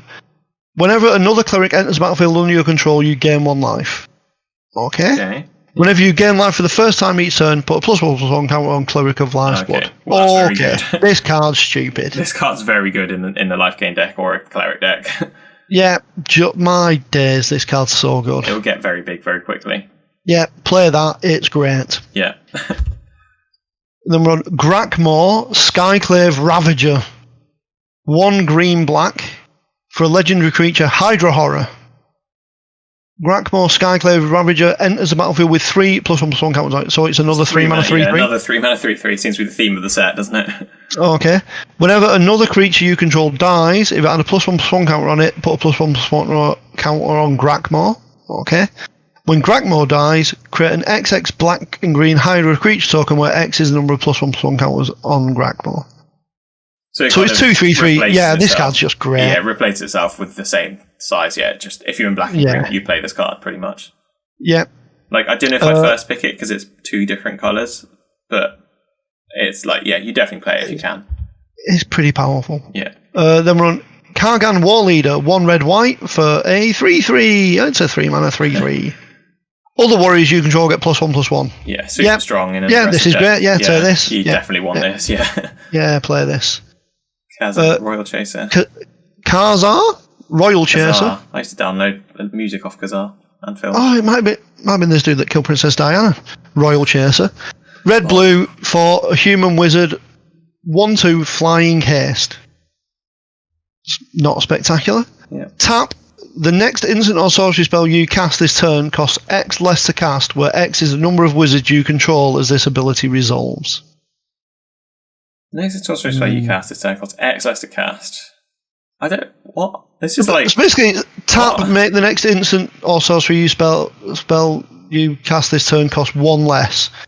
And then, it's at least 1 because of that, unless they kill it. This isn't very good, is it? No. I thought this was going to be great. Yeah, I was expecting better from a blue-red legendary creature at rare, but it's largely pap. Yeah, this isn't very good at all. If you've got a wizard's deck, your Into the Royals cost 2 when kit. I can see it. It's I can see it being good, but I wouldn't get excited by it. I definitely wouldn't. Yeah, this is not a first pick card. Yeah. At all. No. Oh, Linvala's back. Linvala, Shield of Seagate. Can you guess the casting cost and stats? Is it a 3-mana 3/3? It's a 3-mana 3/3. Yeah. 1 blue-white for a 3/3. But this one has flying. Whee! It's rare. At the beginning of combat on your turn, if you have a full party, choose target non-land permanent an opponent controls. Until your next turn, it can't attack or block, and its activated abilities can't be activated. That's a lot of stuff. Detains a creature, basically. Yeah. Sacrifice Linvala, choose hexproof or indestructible. Creatures you control gain that ability until end of turn. Okay. But it's a 3-mana 3/3 flyer, so take it if you can cast it. Take this, yeah. And then, I think I first picked this, even though it's 2 colours, just because 3-mana 3/3 flying is it's an angel, it's a wizard as well. Yeah. And you can also sacrifice her. You can just sacrifice her, I think. Yeah. Lol Mage Familiar, I really like. This card's so good. 1 green, blue, 2/4. Green or blue, already very good. And then whenever you cast a kick spell, gain 2 life. Like, all of this is like things I like in limited. It's got a big toughness, it taps mana. It blocks all the infinite 3 mana 3/3s that are going round. This card's just really good, basically. It ramps, it gains you life and lets you stay alive while you're kicking big spells. I like this a lot. Yeah, it's really good. Moss Pit Skeleton, green-black for a plant skeleton at uncommon. It's a 2/2. Kick a 3. If Moss Pit Skeleton was kicked, it enters the battlefield with 3+1/+1 counters on it. Okay, so it's a 5 because it's a 2/2 and it can become a 5/5. Okay. Whenever one or more +1/+1 counters are put on a creature you control, if Moss Pit Skeleton is in your graveyard, you may put Moss Pit Skeleton on top of your library. Okay. Yeah. So it's I guess that's not alright. technically card advantage because you don't get it into your hand or into play. It goes on top of your library. It's like heavy card selection. Like, this card's good, I think. This card's good. Yeah. Yeah. It's like, a lot of the time... It's a 2/2 or a 5-mana 5/5, and it's got a very relevant graveyard ability. Yeah, a lot of the time, just like drawing a 5/5 will be better than a lot of the cards you could draw. Yeah, exactly. Like, you pretty much always put it on top of your deck. Like, you can't be hoping for a better top deck than a 5-mana 5/5. So yeah, this card's have you played Liberty in the last 2 years? Anyway, Marasa Rune Grazer, green-white for a 2/3. Jesus Christ, stats are just... Everything's massive. With vigilance. Beast, uncommon, vigilant. Oh, of course it's got vigilance as well. Tap, you may put a basic land card from your hand onto the battlefield. Okay. Tap, return target basic land you control to its owner's hand. That's really cool. It like cycles lands like back and forth from your hand to play. So it's basically a landfall enabler, but it's also one white, one green, 2/3 vigilance. This card's just really solid. It's a white, green, 2/3 vigilance, so you're just going to play it. Yeah, exactly. It can ramp you if you've got lands in your hand to just put down, and then later on you can just guarantee landfall. Yeah. Yeah. That's really good. That's really good. It's very importantly, it's basic land, so you can't bring back spells, yeah. You can't bring back spell lands. Yeah. Oh, a couple of planeswalkers. Nahiri, Heir of the Ancients. 2 red-white for a 4 loyalty planeswalker Nahiri. +1, create a 1/1 white core warrior creature token. You may attach an equipment you control to it. Jesus, what? There is only like... How many equipment is there? There's been like 4 to yet? Because blue didn't get one, and there was one in red. We're gonna see a bunch in a second, I think, aren't we? Oh, we've not done the artifacts, to be fair, have we yet? So, okay. Anyway, -2. Look at the top 6 cards of your library. You may reveal a warrior or equipment card from among them and put it into your hand. Put the rest on the bottom in a random order. Okay. -3. Nahiri, Heir of Ancients, deals damage to target creature or planeswalker equal to twice the number of equipment you control. Is this even a pickable card? I don't know. I suppose it's like 4 mana, just make a bunch of 1/1s. Yeah, I think that makes it playable, but it's not exciting. Yeah. Yeah. Exactly, yeah. It's not a limited card. Nissa of Shadowed Bows. Bows? Yeah, it would be bows, wouldn't it? Buffs. Shadowed buffs. 2 black-green for a 4 loyalty planeswalker Nissa. Hopefully this one won't just win every game of Constructed it ever turns up in. Landfall. Whenever a land enters the battlefield under your control, put a loyalty counter on Nissa of Shadowed Bows. Okay. +1, untap target land you control. You may have it become a 3/3 elemental creature with haste and menace until end of turn. It's the land. Okay, so now they're only doing until end of turn. That's a bonus. That's very much fixed, isn't it? Yeah.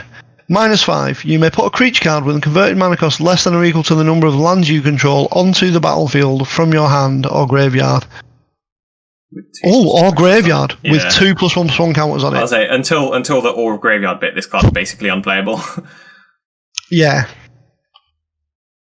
So you can basically reanimate something the turn after it comes into play. It's still not like they haven't printed any broken planeswalkers in this set. I think they've learned a lesson because none of the planeswalkers are insane in this set. But this one I think is probably the best one in limited, and even then it's not amazing. Like. No. If you can sneak in with a 3/3, great. If not, like, it doesn't even defend itself. Best case scenario, you play it, you +1 it, it's got 5. Nahiri might actually be the best one just because she makes a 1/1. Yeah, makes 1/1s. Yeah, this isn't. Yeah, you're right. This one is not even that amazing. It's like I'd play it just because it's a planeswalker and it's hard not to, but it's really not that good. Planeswalkers just massively affect the game with how they.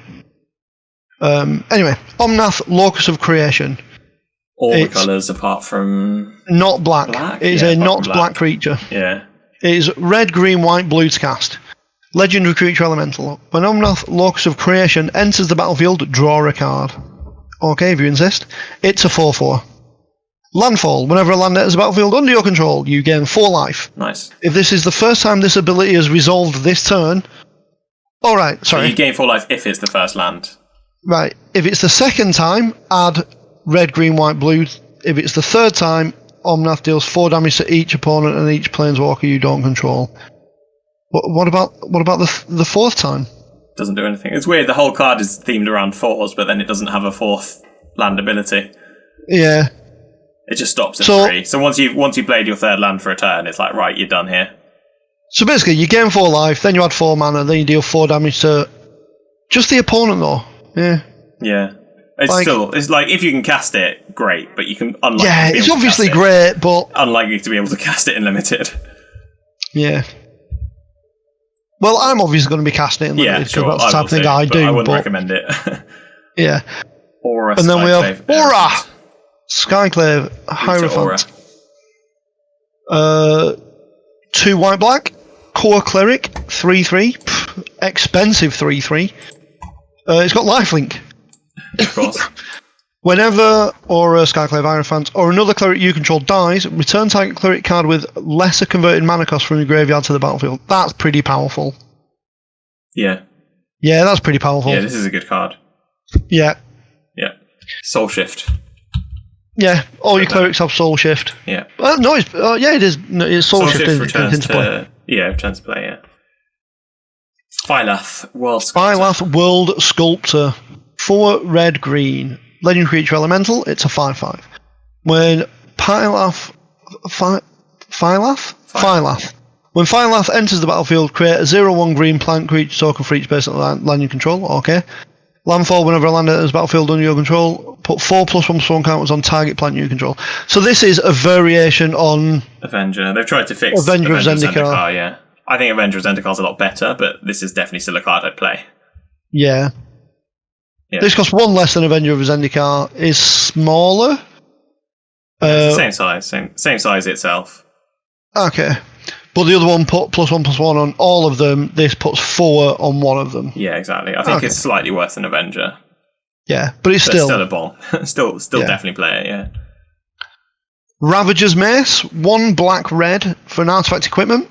Uncommon. Automatically when it enters the battlefield, blah, blah, blah. Yep.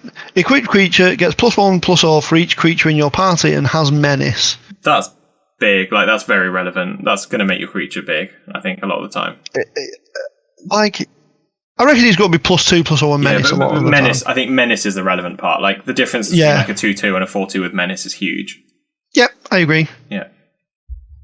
Next up, Soaring Thief. I really like this card. Blue and black for a 1/3 flash flying human rogue. As long as an opponent has 8 or more cards in their graveyard, rogues you control get +1/+0. That's good.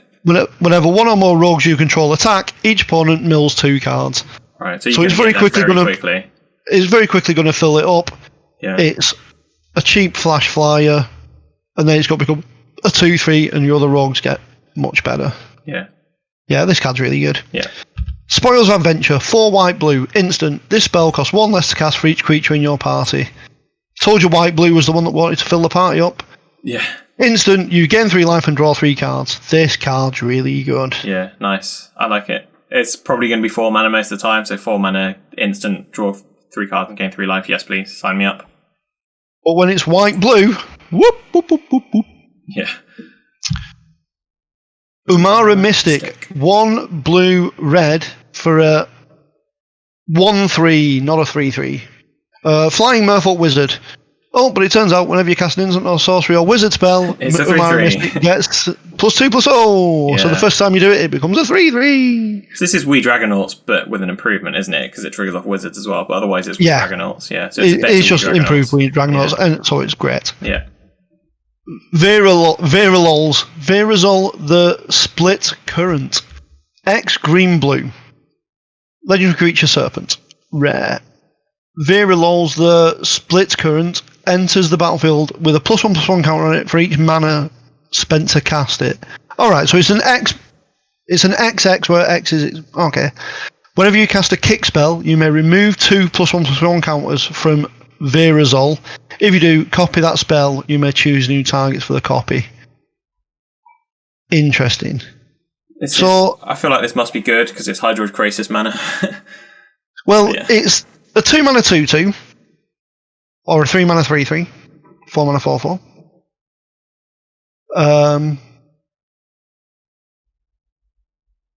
And you can, like, copying kick spells is really powerful because you've kicked them. Yeah, so it's weird, isn't it? So I don't know why the X and the casting cost throws you off because then it's not really X related, but it's basically however much mana you spend on it, it's that big. Yeah. It's just at least one of them has to be green and at least one of them has to be blue. And then whenever you cast a spell, you can remove 2 counters to copy it. This card's just really powerful, basically. Yeah, it's really good, isn't Even it? without that ability, it would still be really good. Just X mana XX is just generally quite good and limited. Yep. Yasharn, Implacable Earth. 2 green-white for a 4/4 elemental boar. When Yasharn enters the battlefield, search your library for a basic forest and a basic plains card, reveal those cards, put them into your hand, then shuffle your library. Players can't pay life or sacrifice non-land permanents to cast spells or activate abilities. So basically, it's a 4 mana 4/4 that searches for 2 basic. Yeah, exactly. Play it, that's great. Yeah, this is very good. 4 mana 4/4 finds your lands. Perfect. Yeah. Zagras, Thief of Heartbeats, 4 black-red. This spell costs 1 last for each creature in your party. Okay. It's a 4/4 flying Death Touch haste. Right, we'll play it. Yes. Is there any bad stuff going on? No. Other creatures you control have Death Touch. Alright, that's even better. Whenever a creature you control deals combat damage to a Planeswalker, destroy that. Alright, and they've got Planeswalker Death Touch as well. All upside. This card's all upside. Amazing. Play it. This card is amazing. Good. Yeah. Zareth San, the Trickster. 3 black-blue. Legendary creature, Merfolk Rogue, with Flash. It's a 4/4. 2 blue-black. Return an unblocked attacking rogue you control to its owner's hand. Put Zareth San, the Trickster, from your hand on to the battlefield, tapped and attacking. It's like ninjutsu, basically. So it's got ninjutsu. Whenever Zareth San deals combat damage to a player, you may put target permanent card from that player's graveyard onto the battlefield under your control. Okay. Ink Eyes. It's literally Ink Eyes. Yeah. No, because it's for... Oh, yeah, it's Ink Eyes. Didn't Ink Eyes only do creatures, though? This is permanent. Oh, permanent. Okay, so it's a better version of Ink Eyes, and Ink Eyes is very good. So yes, we're playing this 100%. Yep, card's really good. Yeah. Cliffhaven Kitesail. Here we go. Equipment. 1 artifact equipment. Enters, attach it. There's a lot of these equipments, and they're all pretty average. I think they're all pretty just about unplayable. I don't know. Flying for 2's all right. It's not the worst. Yeah, I don't know. I don't think it's that great. Forsaken Monument, 5, Legendary Artifact, Mythic, here we go. Here we go. Oh, it's unplayable and limited. Colourless creatures you control get +2/+2. Pointless. Whenever you tap a permanent for colourless, add double colourless. Pointless. Whenever you cast a colourless spell, gain 2 life. Pointless. Okay, ignore that card. Completely irrelevant. With the Form Engine, 4, Legendary Artifact, Mythic, here we go. 2, tap, copy target activated or triggered ability you control. You may choose new targets. Okay. 3, copy target instant or sorcery spell you control. You may choose new targets. Now we're talking. 4, copy target permanent spell. Hello. Yeah. Copy target permanent. Yeah, right. I think this card's good. It's quite mana intensive, but in the right deck, this card will just win you the game. It's very mana intensive, but that is some powerful taps. Yeah, it will win you the game if you draft around it, and I'm going to have a lot of fun with this, I think. Yeah. Don't pick it if you've got a red-white aggressive Warriors deck, but otherwise pick it and if you're in any slow deck, pick it and enjoy it. Is making mana, take it. Yeah. Myriad Construct, 4 artifact creature construct, kick a 3, and it's a 4/4. Okay, so it's 4/4/4. It's already good, yeah. If Myriad Construct was kicked, enters the battlefield with a +1/+1 counter on it for each non-basic land your opponent controls. Ignore that, basically. Irrelevant, yeah. When Myriad Construct... actually, no, with the spell lands, that could actually be more. There is actually a bunch... the spell lands are not basic lands. It might be a 5/5 or a 6/6, but yeah. Yeah. When Myriad Construct becomes target of a spell, sacrifice it and create a number of 1/1 colourless constructs. Okay. So if they target it, it crumbles into 4 1/1s, basically. So it's okay. It's not amazing. I'd probably first pick it just because it's an artifact, so it's going to go in literally any deck. But it's not amazing. Yeah. No. Relic Amulet. 2 cast cost artifacts. When you cast an instant, sorcery, or wizard spell, put a charge counter on Relic Amulet. 2, tap, remove all charge counters from Relic Amulet. It deals that much damage to target creature. I think in the right deck, this can get pretty... In the right deck, this is probably really good, isn't it? Yeah, exactly. I'd need to draft it to see if it's possible to get the right deck, but it looks like it could be really broken. Yeah. Next equipment, Relic Axe, 2 artifact equipment. When it comes in, it auto-equips. Equipped creature gets +1/+1. If it's a warrior, it gets +2/+1 instead. And it's got equipped 2. Whatever. Super meh. Yeah, super meh. Relic Golem, 3 artifact golem, it's a 6/6. What? What's the downside? Relic Golem can't attack or block unless an opponent has 8 or more cards in their graveyard. Not much of a downside. 2 tap, target player mills 2 cards. This card's card. really good. In the Rogues deck, this is a really good card, right? Yeah. Yeah. If you're playing the Rogues deck and you just try to get... See, like, if we had a couple of these, I may well be tempted to play that blue rare that just mills for 8. Oh, yeah, no, I'd say Hedron Crab. Definitely playing Hedron Crab with this. Oh, yeah, definitely playing Hedron Crab with this, yeah. Relic Vial? Lots of relicking going on. Relic Vial, 3 artifact, uncommon. 2 tap, sacrifice a creature, draw a card. As long as you control a cleric, Relic Vial has whenever a creature you control dies, each opponent loses 1 life and you gain 1 life. Meh. Super meh. Super meh. Yeah, don't play this. Like, it's alright because you get... Like, it's not like you only do it as a sorcery, so you can do it in response to removal and stuff, but it's 2 mana. 2 mana's a lot. Like, yeah. Like, if it was 1 to do it, I'd be so much more tempted. Yeah. But anyway, Seagate Colossus, 7. Golem Warrior, it's a 7/5. This spell costs 1 less to cast for each creature in your party. End. Meh. 5 mana 7/5, 4 mana 7/5. Like, if it's a 4 mana 7/5, amazing. If it's 5 mana 7/5, pretty good. Meh. 6 mana 7/5, if it's 6 mana, unplayable. like, yeah. It's basically very deck dependent. Skyclave Relic, 3 artifact rare, kicker 3, indestructible. When Skyclave Relic enters battlefield, if it was kicked, create 2 tapped tokens that are copies of Skyclave Relic. And they have tap, add 1 mana of any colour. Unless you're 5 colours, I don't think this is great. 3 mana just for a generic. 3 mana rocks are generally naff. Yeah. But if you're in the kicker deck as well, it might be worth playing. Yeah, because it is a colourless kicker card and it adds 3 mana. I think it's deck dependent, but I don't think it's very exciting. No. Skyclave Sentinel, 3 mana artifact creature gargoyle for a 2/3 flying defender. It's got kicker 4. When it enters the battle, if Skyclave Sentinel was kicked, it enters the battlefield with 2 +1/+1 counters on it. As long as it has any +1/+1 counters on it, it can attack as though it didn't have defender.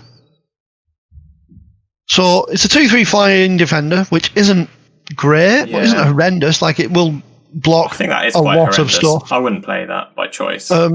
No, like it might win like the green deck. I'd be much more interested in the green deck where you can like Dauntless. Yeah, where you can add counters to it. Yeah. Spare Supplies, 2 artifacts. Spare Supplies enters battlefield tapped. When Spare Supplies enters battlefield, draw a card. 2 tap, sacrifice Spare Supplies, draw a card. It's like a very slow divination. I wouldn't play it by choice, but I'd happily put it as like filler. Yeah. Yeah. Then we have Stormwork Pack Beast. 2 casting cost. It's basically Prismite. It's 2 casting cost 2/1, and you can pay 2 to add 1 mana of any colour to your mana pool. But it has Cleric, Rogue, Warrior, and Wizard creature types. This is deck dependent. You can play it if you need party. If you need party stuff, it's worth playing. Yeah. Utility Knife, 1 equipment, blah blah blah. All the usual auto attacks nonsense. Equipped creature gets +1/+1. It's got equip 3. No, largely meh. Not for me. Unless you like have a lot of the equipment matters stuff.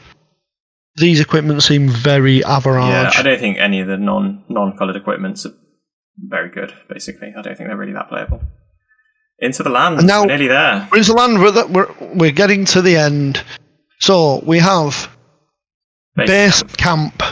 Base Camp enters battlefield tapped. Tap, add colourless. Tap, add 1 mana of any colour. Spend this mana only to cast a Cleric, Rogue, Warrior, or Wizard spell, or activate an ability of a Cleric, Rogue, Warrior, or Wizard. Yeah, in a party deck, in a like multicolored party deck, like I was saying, if you're like a green deck that's splashing a bunch of party creatures, I can see it being playable. Potentially, it's very deck dependent. Potentially, all the creatures in your deck could be party creatures. At which point, this is just tap, add 1 mana of any colour to your mana pool. Yeah. Although it doesn't cast your spells, that's the only thing. No, I don't think this is great. Even if you are in a party deck, you're probably not that excited by this. Like, you'd probably play it if you had it, but you wouldn't be excited by it. Also comes in tapped, which is a bit nah. Then we have the first pathway. These are all the same. I'm just going to do all the. I'm going to do all the pathways in one here. Weirdly, there's only 6. You'd expect 10, but there are actually 6.